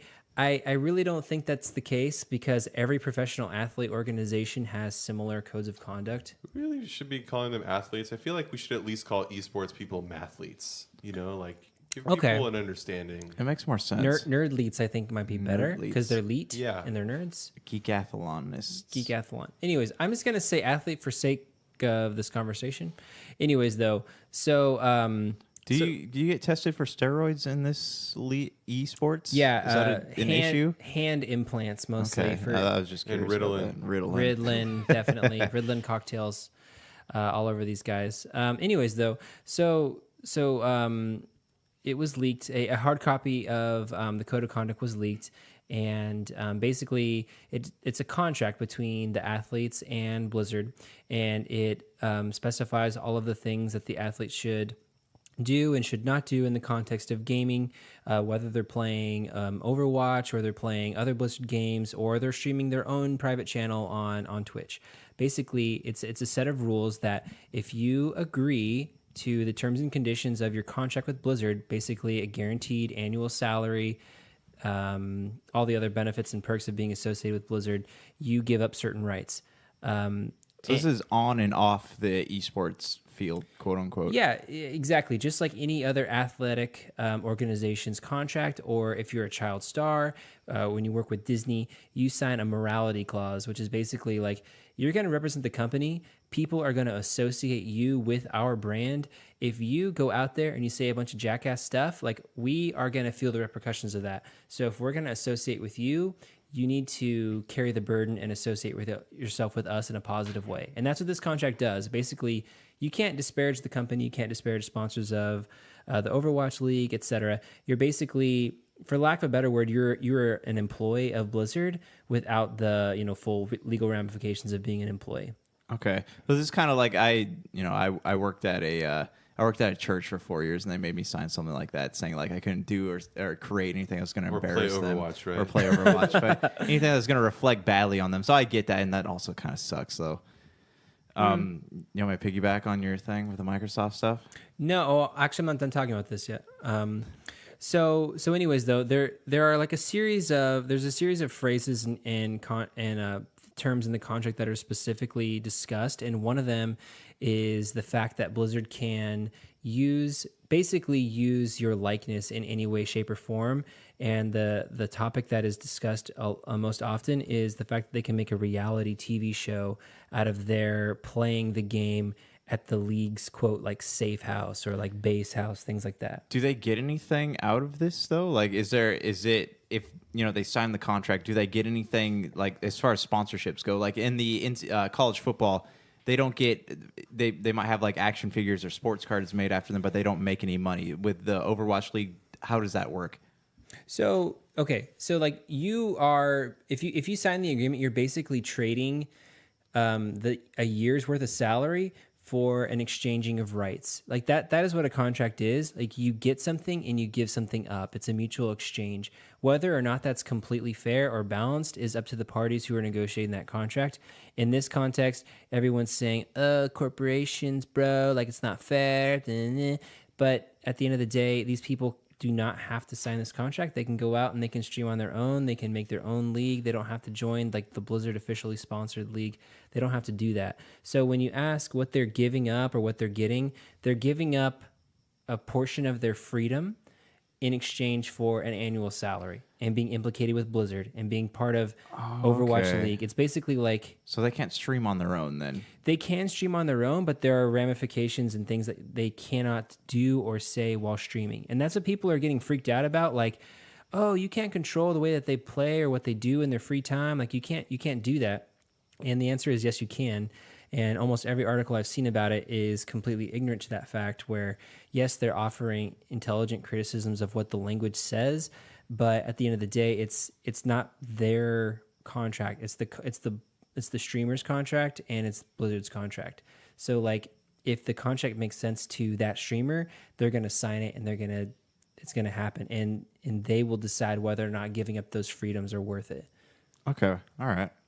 They get paid to play video games. They just have to be a good person. Yeah, exactly. Suck it up and don't be a racist jerk online. Just League of Legends has the same thing. One of my buddy's best friends was his boss. One of my buddy's best friends, his boss, had to monitor players, like the top 50 league players, to watch their personal lives to make sure that they didn't do anything that would harm the company's image. And they could permanently ban them if they went off and swore on Twitter or Facebook or things like that. And all those guys had to sign the same concept of morality clause that would then be like, okay, well, you're going to represent us and you're one of the top 50 players that has 70 million people watching you, at some of these prime times. You need to be a good person because kids are watching you and they're looking up to you. People think Santa Claus is strict. Morality clause. Good or bad. Yeah, they're checking it thrice, if you will. Oh boy. Good call So out. anyways, like I'm obviously super geeking out about that because I'm an attorney. If you guys have questions or thoughts about that, we'd love to hear about that. I would love to respond to you. Is there a morality clause for the podcast? Oh, you didn't? Did sign Sheila it. not give you that memo? You didn't sign the thing? Ooh, this is we're gonna have to consult our lawyer here. Who is not me. Anyways, guys. There's one more thing here. Oh yeah, go ahead. Oh yeah. So two more things actually. Okay. But let's go ahead. One more thing. and then 2 more. No. All right, Jackie Chan's uncle. All right, today, Junior. All right, so Microsoft also announced that they're going to be rolling out a new code of conduct on May 1st. And so in this code of conduct, they're saying people who are playing on Xbox Live can't publicly display or use a service to share inappropriate content material involving, for example, nudity, bestiality, pornography, offensive language, graphic violence, or criminal activity. So my question to you guys is, what do you think constitutes graphic language and the violence? Like, this is most of the games that this stuff happens on are extremely violent. So what is going on with this? I'm just glad they're finally cracking down on bestiality on Xbox. I know that has been such a problem for so long. It's about time. I'm like trying to kill people on Halo, and they're like, "Hey, check this guy out." Wait, real quick. I'm not tracking on entirely what this is. This is a code of conduct. Yeah, I don't for actually get what's any happening. players or what is so this? yeah, so they're having a problem on Xbox Live with like bullying and people using graphic language, using racial slurs. So they're trying to cut down on that stuff. But how do they do that? Like, do they just record your mic and just know? See, or? that's the problem. How do Probably you know? reportable offenses. It used to be people report you for certain things. Like if they reported you for, they said you're being racist, but the problem is a lot of the times people aren't being racist. It's just people he said, who are, she said. Yeah, and like if you're a poor loser, you're going to report somebody. That's just like that's what people do. So Guys, I mean, let the record show that the way the light's hitting Jenks' glasses, it makes his eyebrows look like angry owl eyebrows. It's great. Guys, I'm very passionate about this. But yeah, so I don't know how they're going to crack down on this, but like, I don't know if you guys, obviously you guys have played multiplayer games. It's all violent language. It's all racism. That's all it is. Like it's all you always know that a match is being taken seriously the moment that somebody starts teabagging somebody. The moment you see people crouching over dead bodies, that's when you know that like things are about to get out of hand. So I don't know like how they're going to crack down on this or what the Guess deal. we're going to quote you on that one. Yeah. That's being written down. I don't know. I mean, like you can say whatever you want in like a end user license agreement or whatever, but it really comes down to what kind of teeth this document has and that really comes down to how willing you are to enforce something like that. And Donna raised the question of how, like, are they recording everything that you say and are they reviewing this like it's a Patriot Act? Like, I really don't think so. I think this is in a lot of ways shareholder pressure to implement things that make parents of children who should not be playing Xbox Live feel comfortable with playing Xbox Live. And I really don't think you're going to see any like mass bannings or things like that. Maybe they'll do a few scapegoat situations where some kid says something really horrible and they get reported and it's pretty obvious that they're being bad, then they get banned. But as far as like, oh, you say like, GD on there, or you like have some like mild racial slur, you're not going to like lose your Xbox Live privileges. There's so much. Yeah, it's very strange. I did read something this week that Blizzard, Twitch, and I think Riot were all like teaming up to do some like combat of masculinity, toxicity. Well, those combat masculinity. No, S2 should get on that as well, or Frostburn Game Studios now. Yeah. Anyway, the last bit of news, I hinted at this last week, or didn't hint at it. Oh, we're done talking about that? Is that how you're doing it? I mean, is that? I mean, I closed my mouth, so I mean, I guess that just means that we're good to go. So Josh has been Xbox has actually banned Josh from our podcast. Yeah, that's why he brought it up. That's why I was so passionate about this. Too many. I was actually one of the ones, talking about bestiality while people were playing. So they actually wrote this because of me. So that sucks, man. I mean, everyone should be able to. Just love in the way that they feel. Let your freak flags fly, man. Yeah, dude. I'm just kidding about that. Josh is a fuzzy in real life. So. Bestiality is not exactly what it is for other people. Love is love, man. So are you done now? No, I'm done. I shouldn't have even said that last thing. So. You can edit that in post. You should. Yeah. No, you're just joking. Anyway, so what I said was a rumor last week, which is that Elder Scrolls Online was going to be announcing a new expansion, most likely Somerset Isles. Did actually happen on Wednesday. That's great. So it's a huge expansion. It's supposedly bigger than last year's Morrowind expansion. This is the first time an Elder Scrolls game has let players travel to the home of the High Elves since I think the very first Elder Scrolls game. This is huge. So it's a huge deal. But yeah, so Is it I'm sorry, I don't want to interrupt, but in comparison, But I will. But I will. In comparison to the the regular game that you can buy, like just the standard game, how much content is it? supposedly it's probably a lot. I think I don't really know enough about like the numbers as far as like I read something that the Vardenfell continent was like an 80 by 80 edition, and this is like 140 by 140. So Jeez, okay, so whatever that means, it's worth the money to play it. Then. These are in Morrowind units. Morrowind units. Yeah, we know what those are. Cubic Morrowind measurements.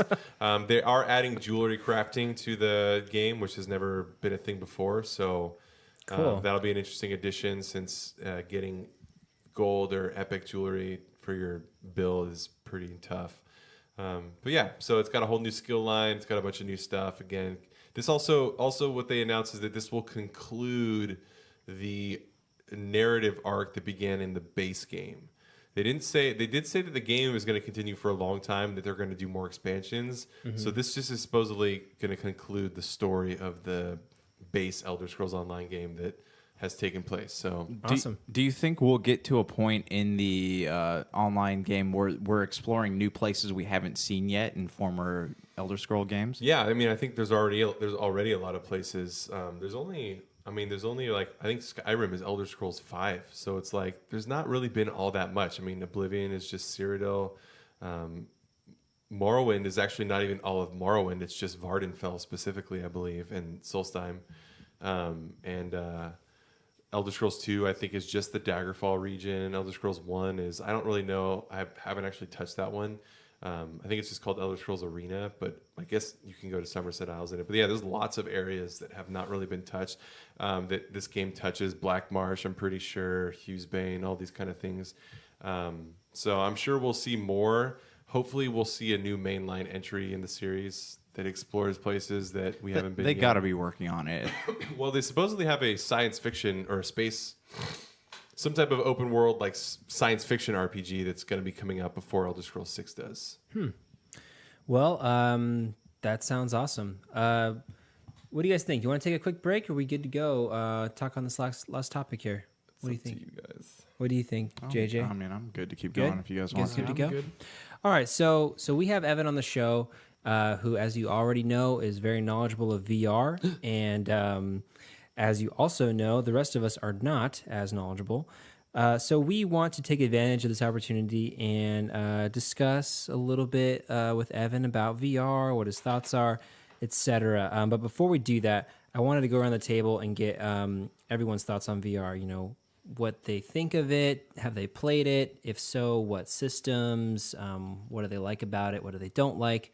And just kind of quickly go through that before we get into the topic. So, Donna, why don't you take a minute and tell us about your VR experiences in that vein? I volunteer to go last.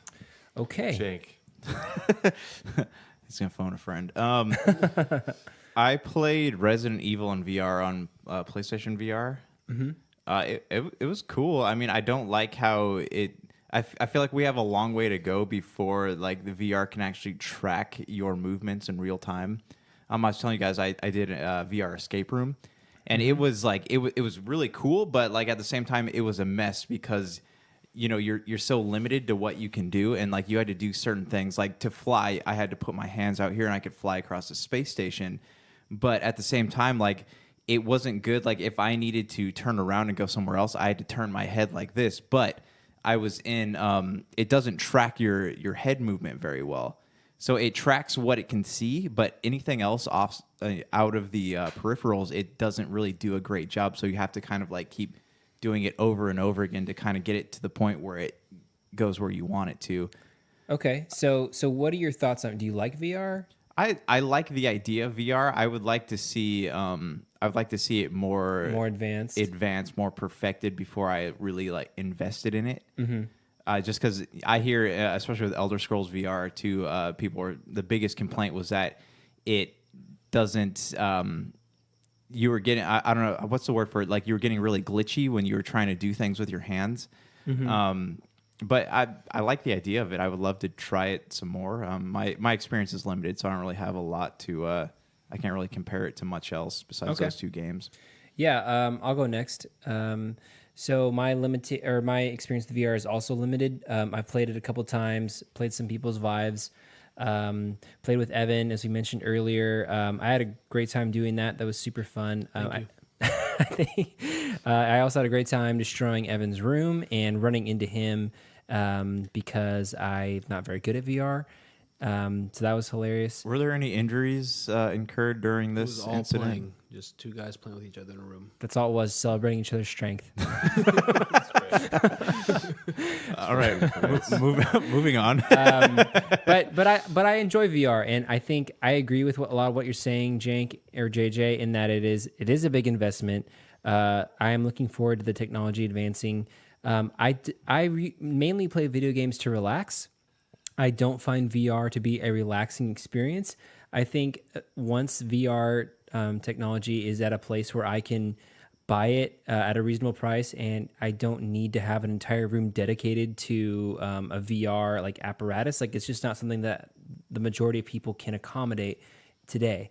And I think when it becomes that, then it will be an experience that like me and my son can do when he's a little bit older, or like when we have friends over, maybe there's like some party game VR experience. I'm really hopeful and looking forward to the futures of VR. Real quick though, you did a VR escape room. I did the VR Star Wars experience at Downtown Disney. How was that? It was actually super fun. Aside from all the like Star Wars role playing aspects of it, which were kind of fun too, you get a backpack, which is essentially a gigantic computer. You get a Vive headset basically, and you're kind of like put into this maze. It's like a physical hardware maze, but is procedurally generated, or not procedurally generated. It is like computer generated to be a Star Wars stormtrooper base that you're infiltrating, and it's a super fun experience. And you actually walk through it, and you can smell, and you can hear, and you can feel heat, and you can interact with your fellow people who you're in there with, and you can pick up things, and it's super cool. It's like a good combination of like physical movements and like virtual reality that you can't really get in like a Vive experience. I was reading that they actually have exterior cameras for that to help track your movements. Probably do, because the movement tracking is actually really good. You do bump into people a little bit because it's pretty confined spaces, but as far as like you needing to crouch down or hide behind some object to avoid getting hit by a laser, like you can do that pretty quickly. Or if you need to run over here and flip a switch to make the elevator go up or down, like you definitely can do that, and you don't feel like you're going to be running into walls or breaking things. And it's it's pretty cool. I think it's like $30 a person. Oh, that's not bad. It's totally worth it, and it's probably like a 45-minute experience over all of the parts of it. What's the wait time though? Is it? You have to get a reservation. Okay. So we got a reservation like a week in advance. I think the actual wait time. So like if your reservation's at 9:30, you might need to get there at 9 to check in and just kind of wait in line for a little bit. But it's totally worth it. The building is cool. We're not sponsored by Disney, but I definitely think it's worth it. It's cool. So Donna, I'm gonna make you go because Evan's gonna go last. So what do you? Oh what yeah, are I your didn't thoughts? mean last. I just meant I had to like think about it for a second second. to last. That's what you meant. My VR experience is also decent, like fairly limited. I played a friend's Vive, and I wasn't particularly impressed. Like Rotundo's at yeah. I'm not really VR. Pretty much occupies the same space as like 3D movies or whatever bullshit technology Peter Jackson was on about with filming The Hobbit and however many frames per second. Like, it's not really something that I'm interested in replacing my traditional video game experiences with. Which I don't know if it is meant to. So from that perspective, real quick, do you think that it's going to end up like motion gaming, where people are just get tired of that? I think that Like with the Wii? that VR has like a very different potential than that. Okay. So I don't think it. See, I think that what's going to happen. I think personally, the type of VR that sounds most interesting is the kind of thing that I couldn't even accomplish in my house if the technology was advanced, because I Which want to would be be able what? to I want to be able to move around, have a track like my actual on foot motions without having to be in a giant empty space. Like Yeah. I'd want to do that, like, because the potential of VR sounds like Ender's Game, like Battle School or whatever. So it's like Yeah. I think what I would be more interested in would be like facilities that are tailored to that experience. But I mean, it's gonna take a lot for me to ever consider buying one for my home use.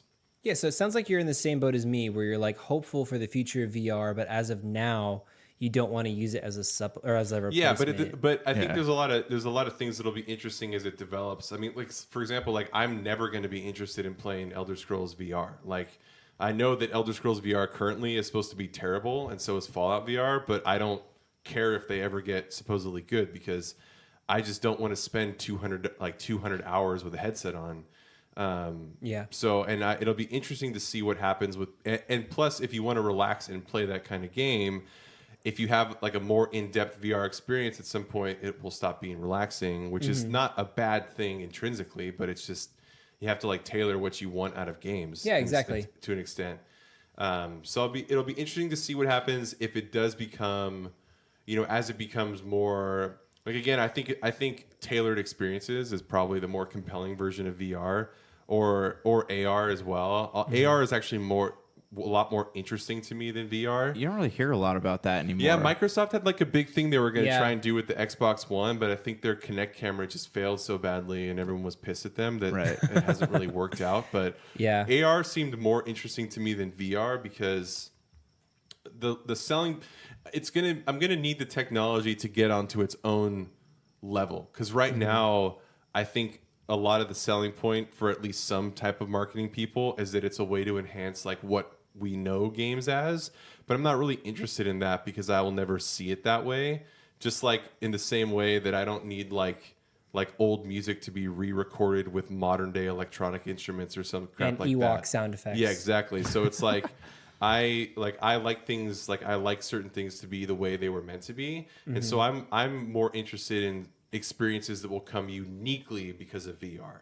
So Sure. No, yeah, and I think that's what we all want. So yeah, it's like again, like I said, playing like any game, like any AAA or indie or like cool game RPG that I like to play that's come out in the last 5 years, I don't ever want to play the VR versions of those games. But like just like I said with Terra Battle on mobile, a game that's built with the philosophy of what mobile can do in mind, like that's a VR experience I'm more interested in. Yeah, that's a good So, point. I think it's a good analogy. It'll as be well. interesting to see as if it does become more prevalent, at least in homes. It'll be interesting to see because you were mentioning earlier, people, I forget if this was on air or not, but you're talking about people with different motion sickness and experiences that they can't handle. So we'll see if there's any, because you can study group something or like focus something, but if it gets out to the masses, then you'll really see like what effects it might have on people's either. Yeah. Like mental states with like you were wondering about PTSD or just like simply like, like I've heard for most people right now, they just get headaches after playing VR for a little bit. So it's like, Which it could be the pressure, could be it the could be a motion. product of the headset, et cetera. Yeah. So I'm interested in watching the development of the technology. Yeah, no, totally. And we already know what Evan's going to say, so we can just skip him. I was joking. So Evan, Eventually. what are your thoughts? Give us like a quick like overview of your thoughts on VR, how you got exposed to it, maybe how it's like shaped your game playing now. I don't know. I've always been into the beginning with slaughtering people, is high skill ceiling Yeah. games, anything elitist, anything FPS based, anything where the mind, the hands, and the fingers are like Counter-Strike, going back to Counter-Strike 1.6 and competitive gaming back to Darkfall, where it all comes down to how fast you can react, how much you can outsmart people, anything player versus player. And with VR, it becomes the ultimate player versus player, where not only is your mind, your hands, but it's your entire body. We're just saying that, like, I used to be a big Mountain Blade player when that came out on the PC, and that Yeah. was just so fun to just drone on hours and hours into an endless army. And they came out with a game I just got last week called Tales of Glory, which is literally Mountain Blade, but VR based, where instead of using the keyboard and the mouse, now you play the exact same concept with 100 people on a screen, with one army attacking another wall, but everything is physics-based now with your arms, your shield. You have weapons. You have to put them on all of your sockets. You pick them up. You have to swing them. You got 60 enemies charging at you, trying to kill you. But the satisfaction for me of dodging a sword, grabbing a guy with my left hand, taking my dagger and jabbing it into his neck, and then ripping it out, that's a lot different than when playing Mount and Blade, and having to use the WASD and block and move like that. But also seeing my ally computer guy get gunned down or sliced down by another guy and then running over there, having to dodge and knowing that, I have to watch my breathing. I have to physically prepare myself more and more. And that watching my brother play and seeing him get tired and more tired and then die because he got too tired is something that you wouldn't normally see when we could go back in the day just downing Mountain Dew and going 10 hours nonstop in league game after game or everything else. Like, he lost the game because he doesn't go to the gym as often as I go to. With VR stuff like that, when I've played some of them, they have a really advanced, a single studio guy made a game called Onward that's a military sim just like Arma, but it's VR Arma. And it's so Arma. It's so realistic, incredibly realistic. You put your hand, you have the two controllers with the Vive, you put your hand on one controller, you put your hand on the other, you put your gun together, and it feels like the gun's in your hand, like two-handed. And playing that, it blew up, and this guy actually got hired by Valve to continue producing the game for them because it was. How does that work though? How do you if you have something or you experience an impact? How does that work within like your nerves? How do you like haptic feedback? Like if you the controllers vibrate. I mean, it's like are we talking about controllers or gloves? These are gloves, right? Okay. I mean, controllers. Sorry, gloves aren't coming out later this year. They have separate devices that are tracking devices that programmers can use. Like if you had a bat, you could put a tracking device on the bat, tell the program how big the bat is and how far it extends from the tracking device, and then the program will know it's a bat. And then you can have a bat in actual game, and you can swing that around. Same with like what we were talking about earlier, where they're going to have the same tracking devices for shoes. And so you can have boots. Now you could run in place if you wanted to. A little more awkward, obviously, than just being on like a treadmill or something similar. But with VR, looking at this room here, this is a perfect size for me to bring over the headset. Let you guys try it. I would love to have you guys try the high-end Vive and really see some of the. We don't like video games. We could try the hard ones, or we could do some other. They have movies in VR, which is interesting. I've watched a couple like claymation animated films in VR where it's like a diorama in front of you, but you watch it at any angle you want. Really? So you get to see the entire thing from your perspective that you want to. Do you see 3D filming evolving into something like that? With how I watched like some French fairy tale, and it was like a diorama that they made, like a claymation, but I watched it from like I was a giant watching this little tiny play, but everybody else watched it on the screen, and I projected what they saw. So while I was wandering around this little tiny environment and watching this, claymation happen, everybody else in my house was watching what I projected. So I controlled what they saw, which was interesting. They also have a big thing that will come from VR, which we found really interesting, is the association of multiplayer games in a local environment, which we're big into. We had 5 roommates in our house, so anything we could play local multiplayer was huge, especially with the advent of Steam and being able to play a lot of games local multiplayer. But with VR, you can have someone on a headset and other people on Xbox controllers or a keyboard and mouse playing, where the headset person has their own screen and sees their own things while everybody else operates off of the screen. So we would play a game, a really fun concept where someone in the VR headset is a giant robot, operating in like a dystopian environment or some kind of broken down architecture environment, and then there's hundreds of little AI robots that all look identical, and then all the other human players are also AI robots, and the big robot, who is the VR person, has to use his hands and his skills to try and find the human robots within the AI robots. And the AI robots have to try and get to the end point in the level. So you have to mimic the characteristics of a computer without the human like robot or the human overseer being able to find you, which you can only see your split screen on the screen, but the human is wandering around this little environment as a giant robot, seeing everything. So when he sees all the robots, the little AIs walk, and then you all walk, he's going to use his special abilities or something to try and discern who is the human. So you have to mimic computer players, or AI. And the second you start running, he's going to know and try and get you, and then you have to try and blend in, which is a cool concept. They got another one that's a big arena game that's very brutal. It's really popular on Steam right now. They probably release 6 VR games a day, if not more, on Steam. There's thousands at this point. And so, based on what you were saying about the last game, this is a concept, right? It's not actually a full game. They have like a couple. I mean, you could play it it's a good party game, like any of the other ones that just come out really quickly for local multiplayer. So, just a quick question about it, about all of it. So, in a lot of ways, what you're describing with the high-end VR stuff, it almost sounds like we're talking about VR in a distant past from where you're talking about VR. And as someone that I frequent several like gaming news sites on a daily basis, partly for this, but in general, like I haven't seen VR in the news in like 7 to 8 months. So how come no one's talking about these experiences that you're talking about? I think if you have a thought on why. Sure. Right now it's still like right now the Vive itself is a $500 headset. And you have to have a computer to run it. It's decently, even though I got a $2,000 laptop that can run a majority of the experiences pretty well. Mac users, what does that do for them? Can they still run it? They should switch. No, I mean they probably. They're going to get certain games that they can, just like how Steam still has Mac or games in general. But I don't. I have personally, I have zero experience with Apple or running VR on Apple. I'm a whole Windows guy. But right now, the Vive headset that comes out April 5th is going to be 2K in each eye. Which is a 73% increase on what it currently is, and in Q3 it will be wireless and in a 30-foot space.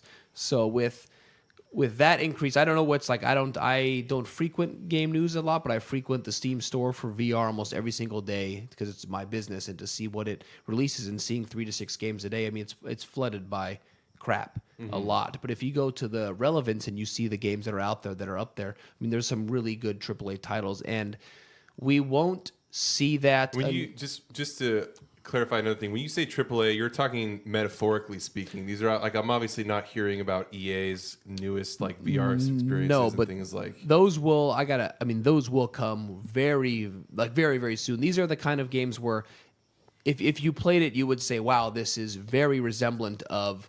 A BioShock level of just depth, graphics, attention to detail, polish, something where you look at it and you're like, I don't really see any flaws or bugs with this. Someone did a really good job.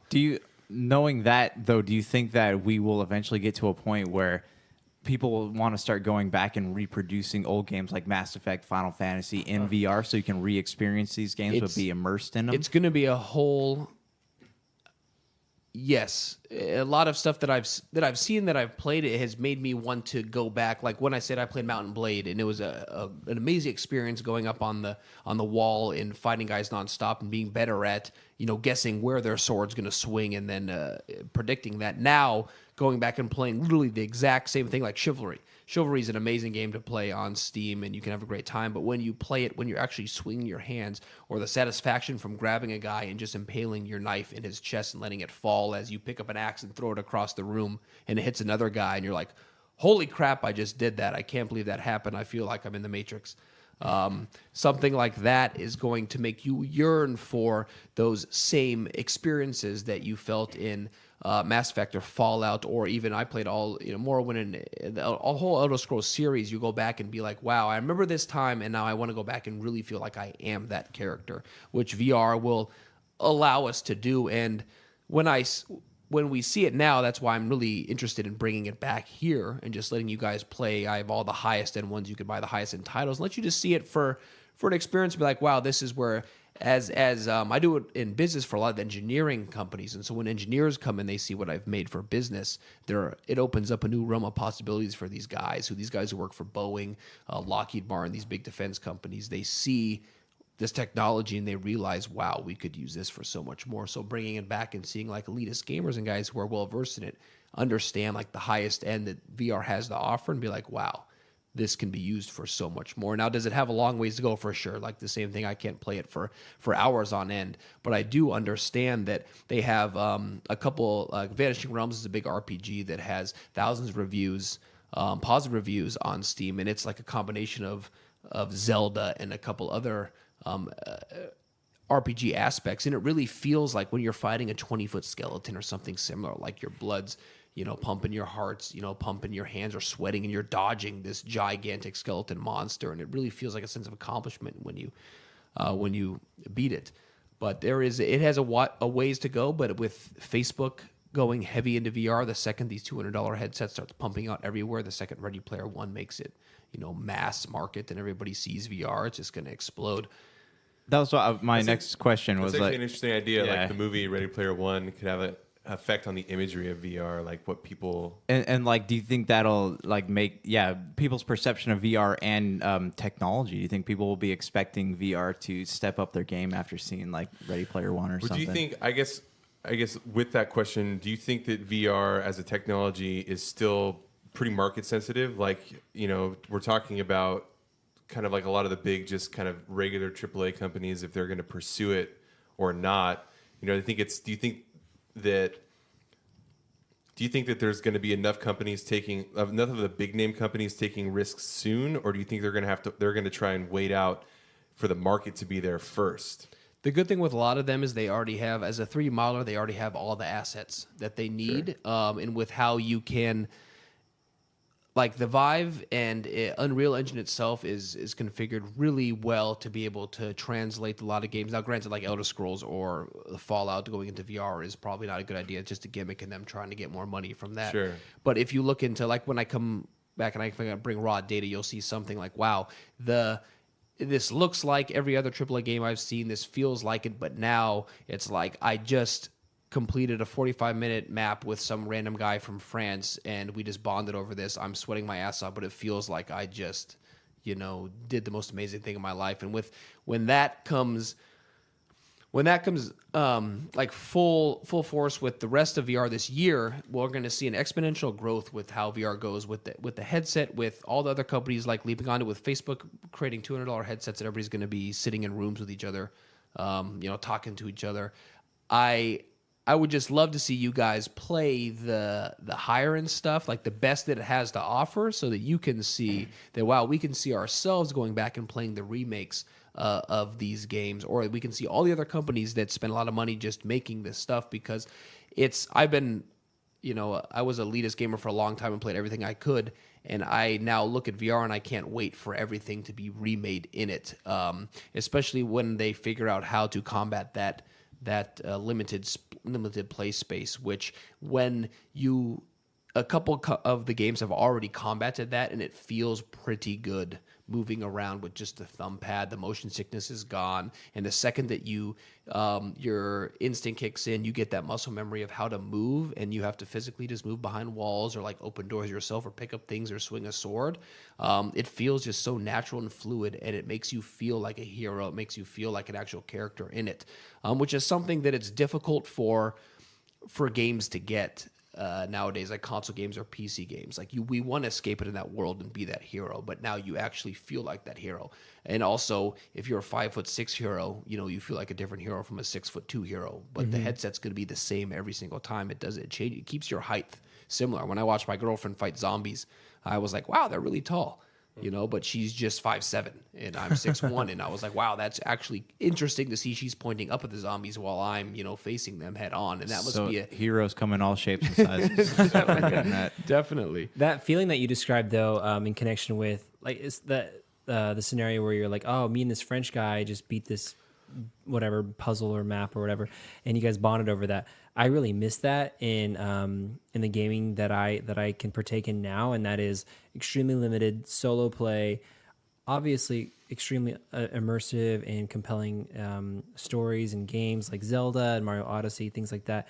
But I long for that sensation that I used to have when I played cooperative games competitively against other people back in my college days and before that. And I can't get that anymore in these experiences. So that to me completely resonated with me in what is to come with VR. and that sounds super fun, and I cannot wait for that. And What just to be an asshole? Yeah, I what can't wait. makes you think that you would have any because you can do that now. I can't, with any though. of the games, but why would you be able to do it just because of VR? Because, okay, so here's what I'm envisioning. So the way that those experiences came about in non-VR contexts, it was hours and hours of getting a character to in-game level content, and then an additional set of hours to establish a guild that you trusted, that you worked well with, and then an additional set of hours to beat a dungeon, basically. I'm specifically talking about in the World of Warcraft context. You're describing everything that makes a game worth the $60 that you pay for it. I'm describing everything that was necessary to get to this feeling or sensation that I'm talking about in a non-VR context, which for me was exclusively World of Warcraft.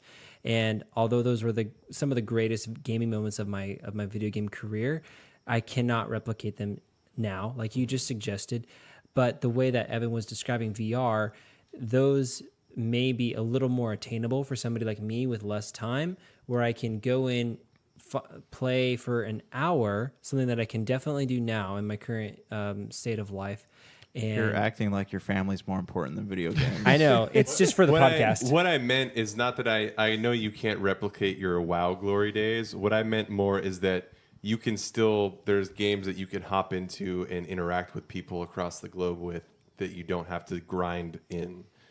Okay. So, yeah, maybe you're right. It's more of a devil's advocate question. Yeah, no, Just and I appreciate it. You're going to see, though, that a human interaction comes out so much more when there's that physics-based movement that is resemblant of an actual human moving around. The second that I got with that French guy, we were playing raw data against an unlimited amount of crazy robot, creatures that were attacking us. I was a female character with a sword, and he was a male character. And the first thing he did was try to touch my boobs, and it's like that was most of the time. And in the other game, French people, damn Difficult. and a lot of other games, A lot of our listeners are from France.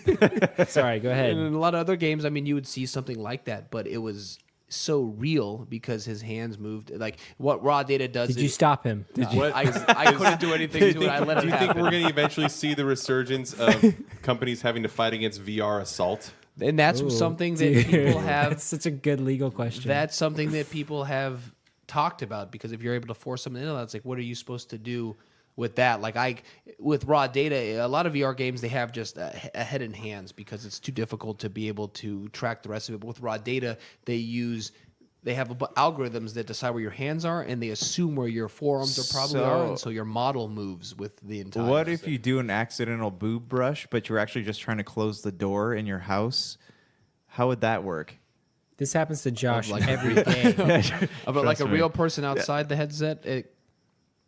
I don't know. It's up to you. Because there'd be like I mean- accidental stuff. You wouldn't really be able to say it was like VR assault if it's just something. This you're is why we doing. broght Evan on the show specifically. These for are this the questions question. we wanted to ask, but we were waiting for you to get comfortable with us. Take a long time. But that, like you said, that human interaction is where like I don't play a whole lot of games like where I would get that feeling again. But for some reason, hopping into a quick play on this and then joining with this guy, it was like, all right, random French guy that I don't understand, like we're just gonna do this. And then by the end of it, we were high-fiving in the game, and that just felt amazing to know that our skill set and just bonding over that, and it's something that I would like to see in a lot more games, and we'll be able to see with the rest of the stuff coming out. There are a lot of crappy games out there that give it a really bad name, and that probably floods the market with just too much negativity, because everybody's on that mobile app same concept where it's like, okay, now there's mobile app store, let's make every crappy game we possibly can and try and make a buck off it, which VR definitely hit. But there's a lot of stuff that now it's coming out with that is just absolutely stellar and will continue to. And like I said, when Facebook drops that $200 headset where everybody's now in their own play space and sees VR for what it really is, it's going to mass market it to 2 billion people, which will then go over to the gaming network. Is Facebook's VR headset essentially just a Trump, Vladimir Putin propaganda machine? Is that that's what I'm worried about? That's actually Cambridge Analytica. Cambridge Analytica, yeah, exactly. They programmed it. Yeah, that's super fascinating, and No, it's cool. We're glad that you're on the show, Evan, and talk to us about VR. I think our listeners are thirsty for that because we don't really talk about it a lot on the show. Hopefully they haven't jiggled their keys at all. I know, because I will come down on we them are. with Mjolnir, the hammer of Thor. Mjolnir. No, I always said Mjolnir. No, it's actually destroyed now, so it's whatever his next weapon is. Dave That's will true. bring that down on you. It's a AC/DC. No, not AC/DC Thunderstruck. That's the song I wanted them to play in the new Thor movie, but it was Led Zeppelin. Yes. What song was Immigrant that? song. Yeah, Immigrant Song. They've got a lot of like imagine back I played a lot of StarCraft and they have one called Out of Ammo where it's the same concept where you have to build a base with you place bunkers and turrets and medic houses and things and creatures are constantly or little army men are constantly coming trying to attack you, but the difference is that you can select any of the units you place down and become the unit, and then you go first person and then you have to shoot, and then you go back up to RTS mode where you're then back to building your base and going, and at any moment you can sounds switch awesome. in between any of the your units, which is a sniper, a bazooka person, a medic can go heal, and it becomes like a really crazy micromanaging aspect of it, where your APM goes from not only having to manage everything you've got, watch for that, but they also become the units, and when you go to reload like a sniper, you shoot the rifle, and then you have to pull whatever it is, the bolt. the bolt, and then the ammo comes out, take it from your waist, put it back in, pull the bolt back, and then you can shoot again. And how fast you can do that is resemblant of your skill and your accuracy, and then also under pressure when things are shooting at you. But that's going to become something when you have RTS games against other competitive players, where now you have to not only have APM and RTS skills, but you have to have FPS skills. Yeah, that's Which awesome. be pretty unique. They got other, all the Tron stuff is out there for light, the light, whatever you call it. Light cycles. Yeah, the light frisbee, crap. Oh, you're shooting the at, which newer is pretty Tron. interesting. Jeff Bridges, Tron. Yeah. Yeah, that's awesome. Does anyone have any closing thoughts on VR or any other questions for Evan? Pac-Man. What would a Pac-Man in VR look like? Can you eat the dots? Can you eat the dots? Do you have to go And like can you this? taste the fruities? Yeah, can you Yeah. taste the fruit? And do they electrocute you when the What happens ghost when you gets get eaten? Yeah. Oh, yeah. What's the ectoplasm situation? Can you be VR assaulted in Pac-Man VR? You can answer these questions in any order. That is very important information.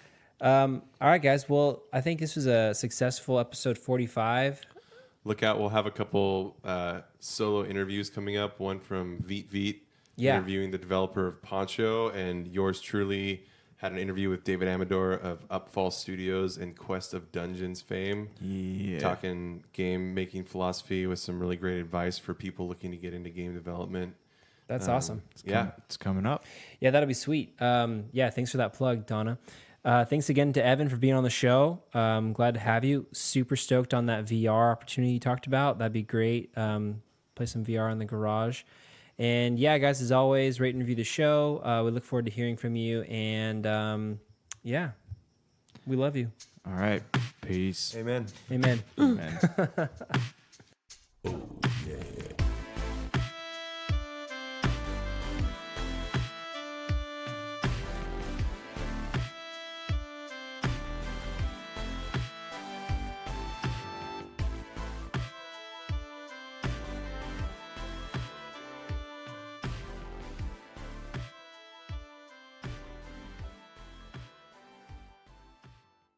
That's to us people that can feel things. It hurts.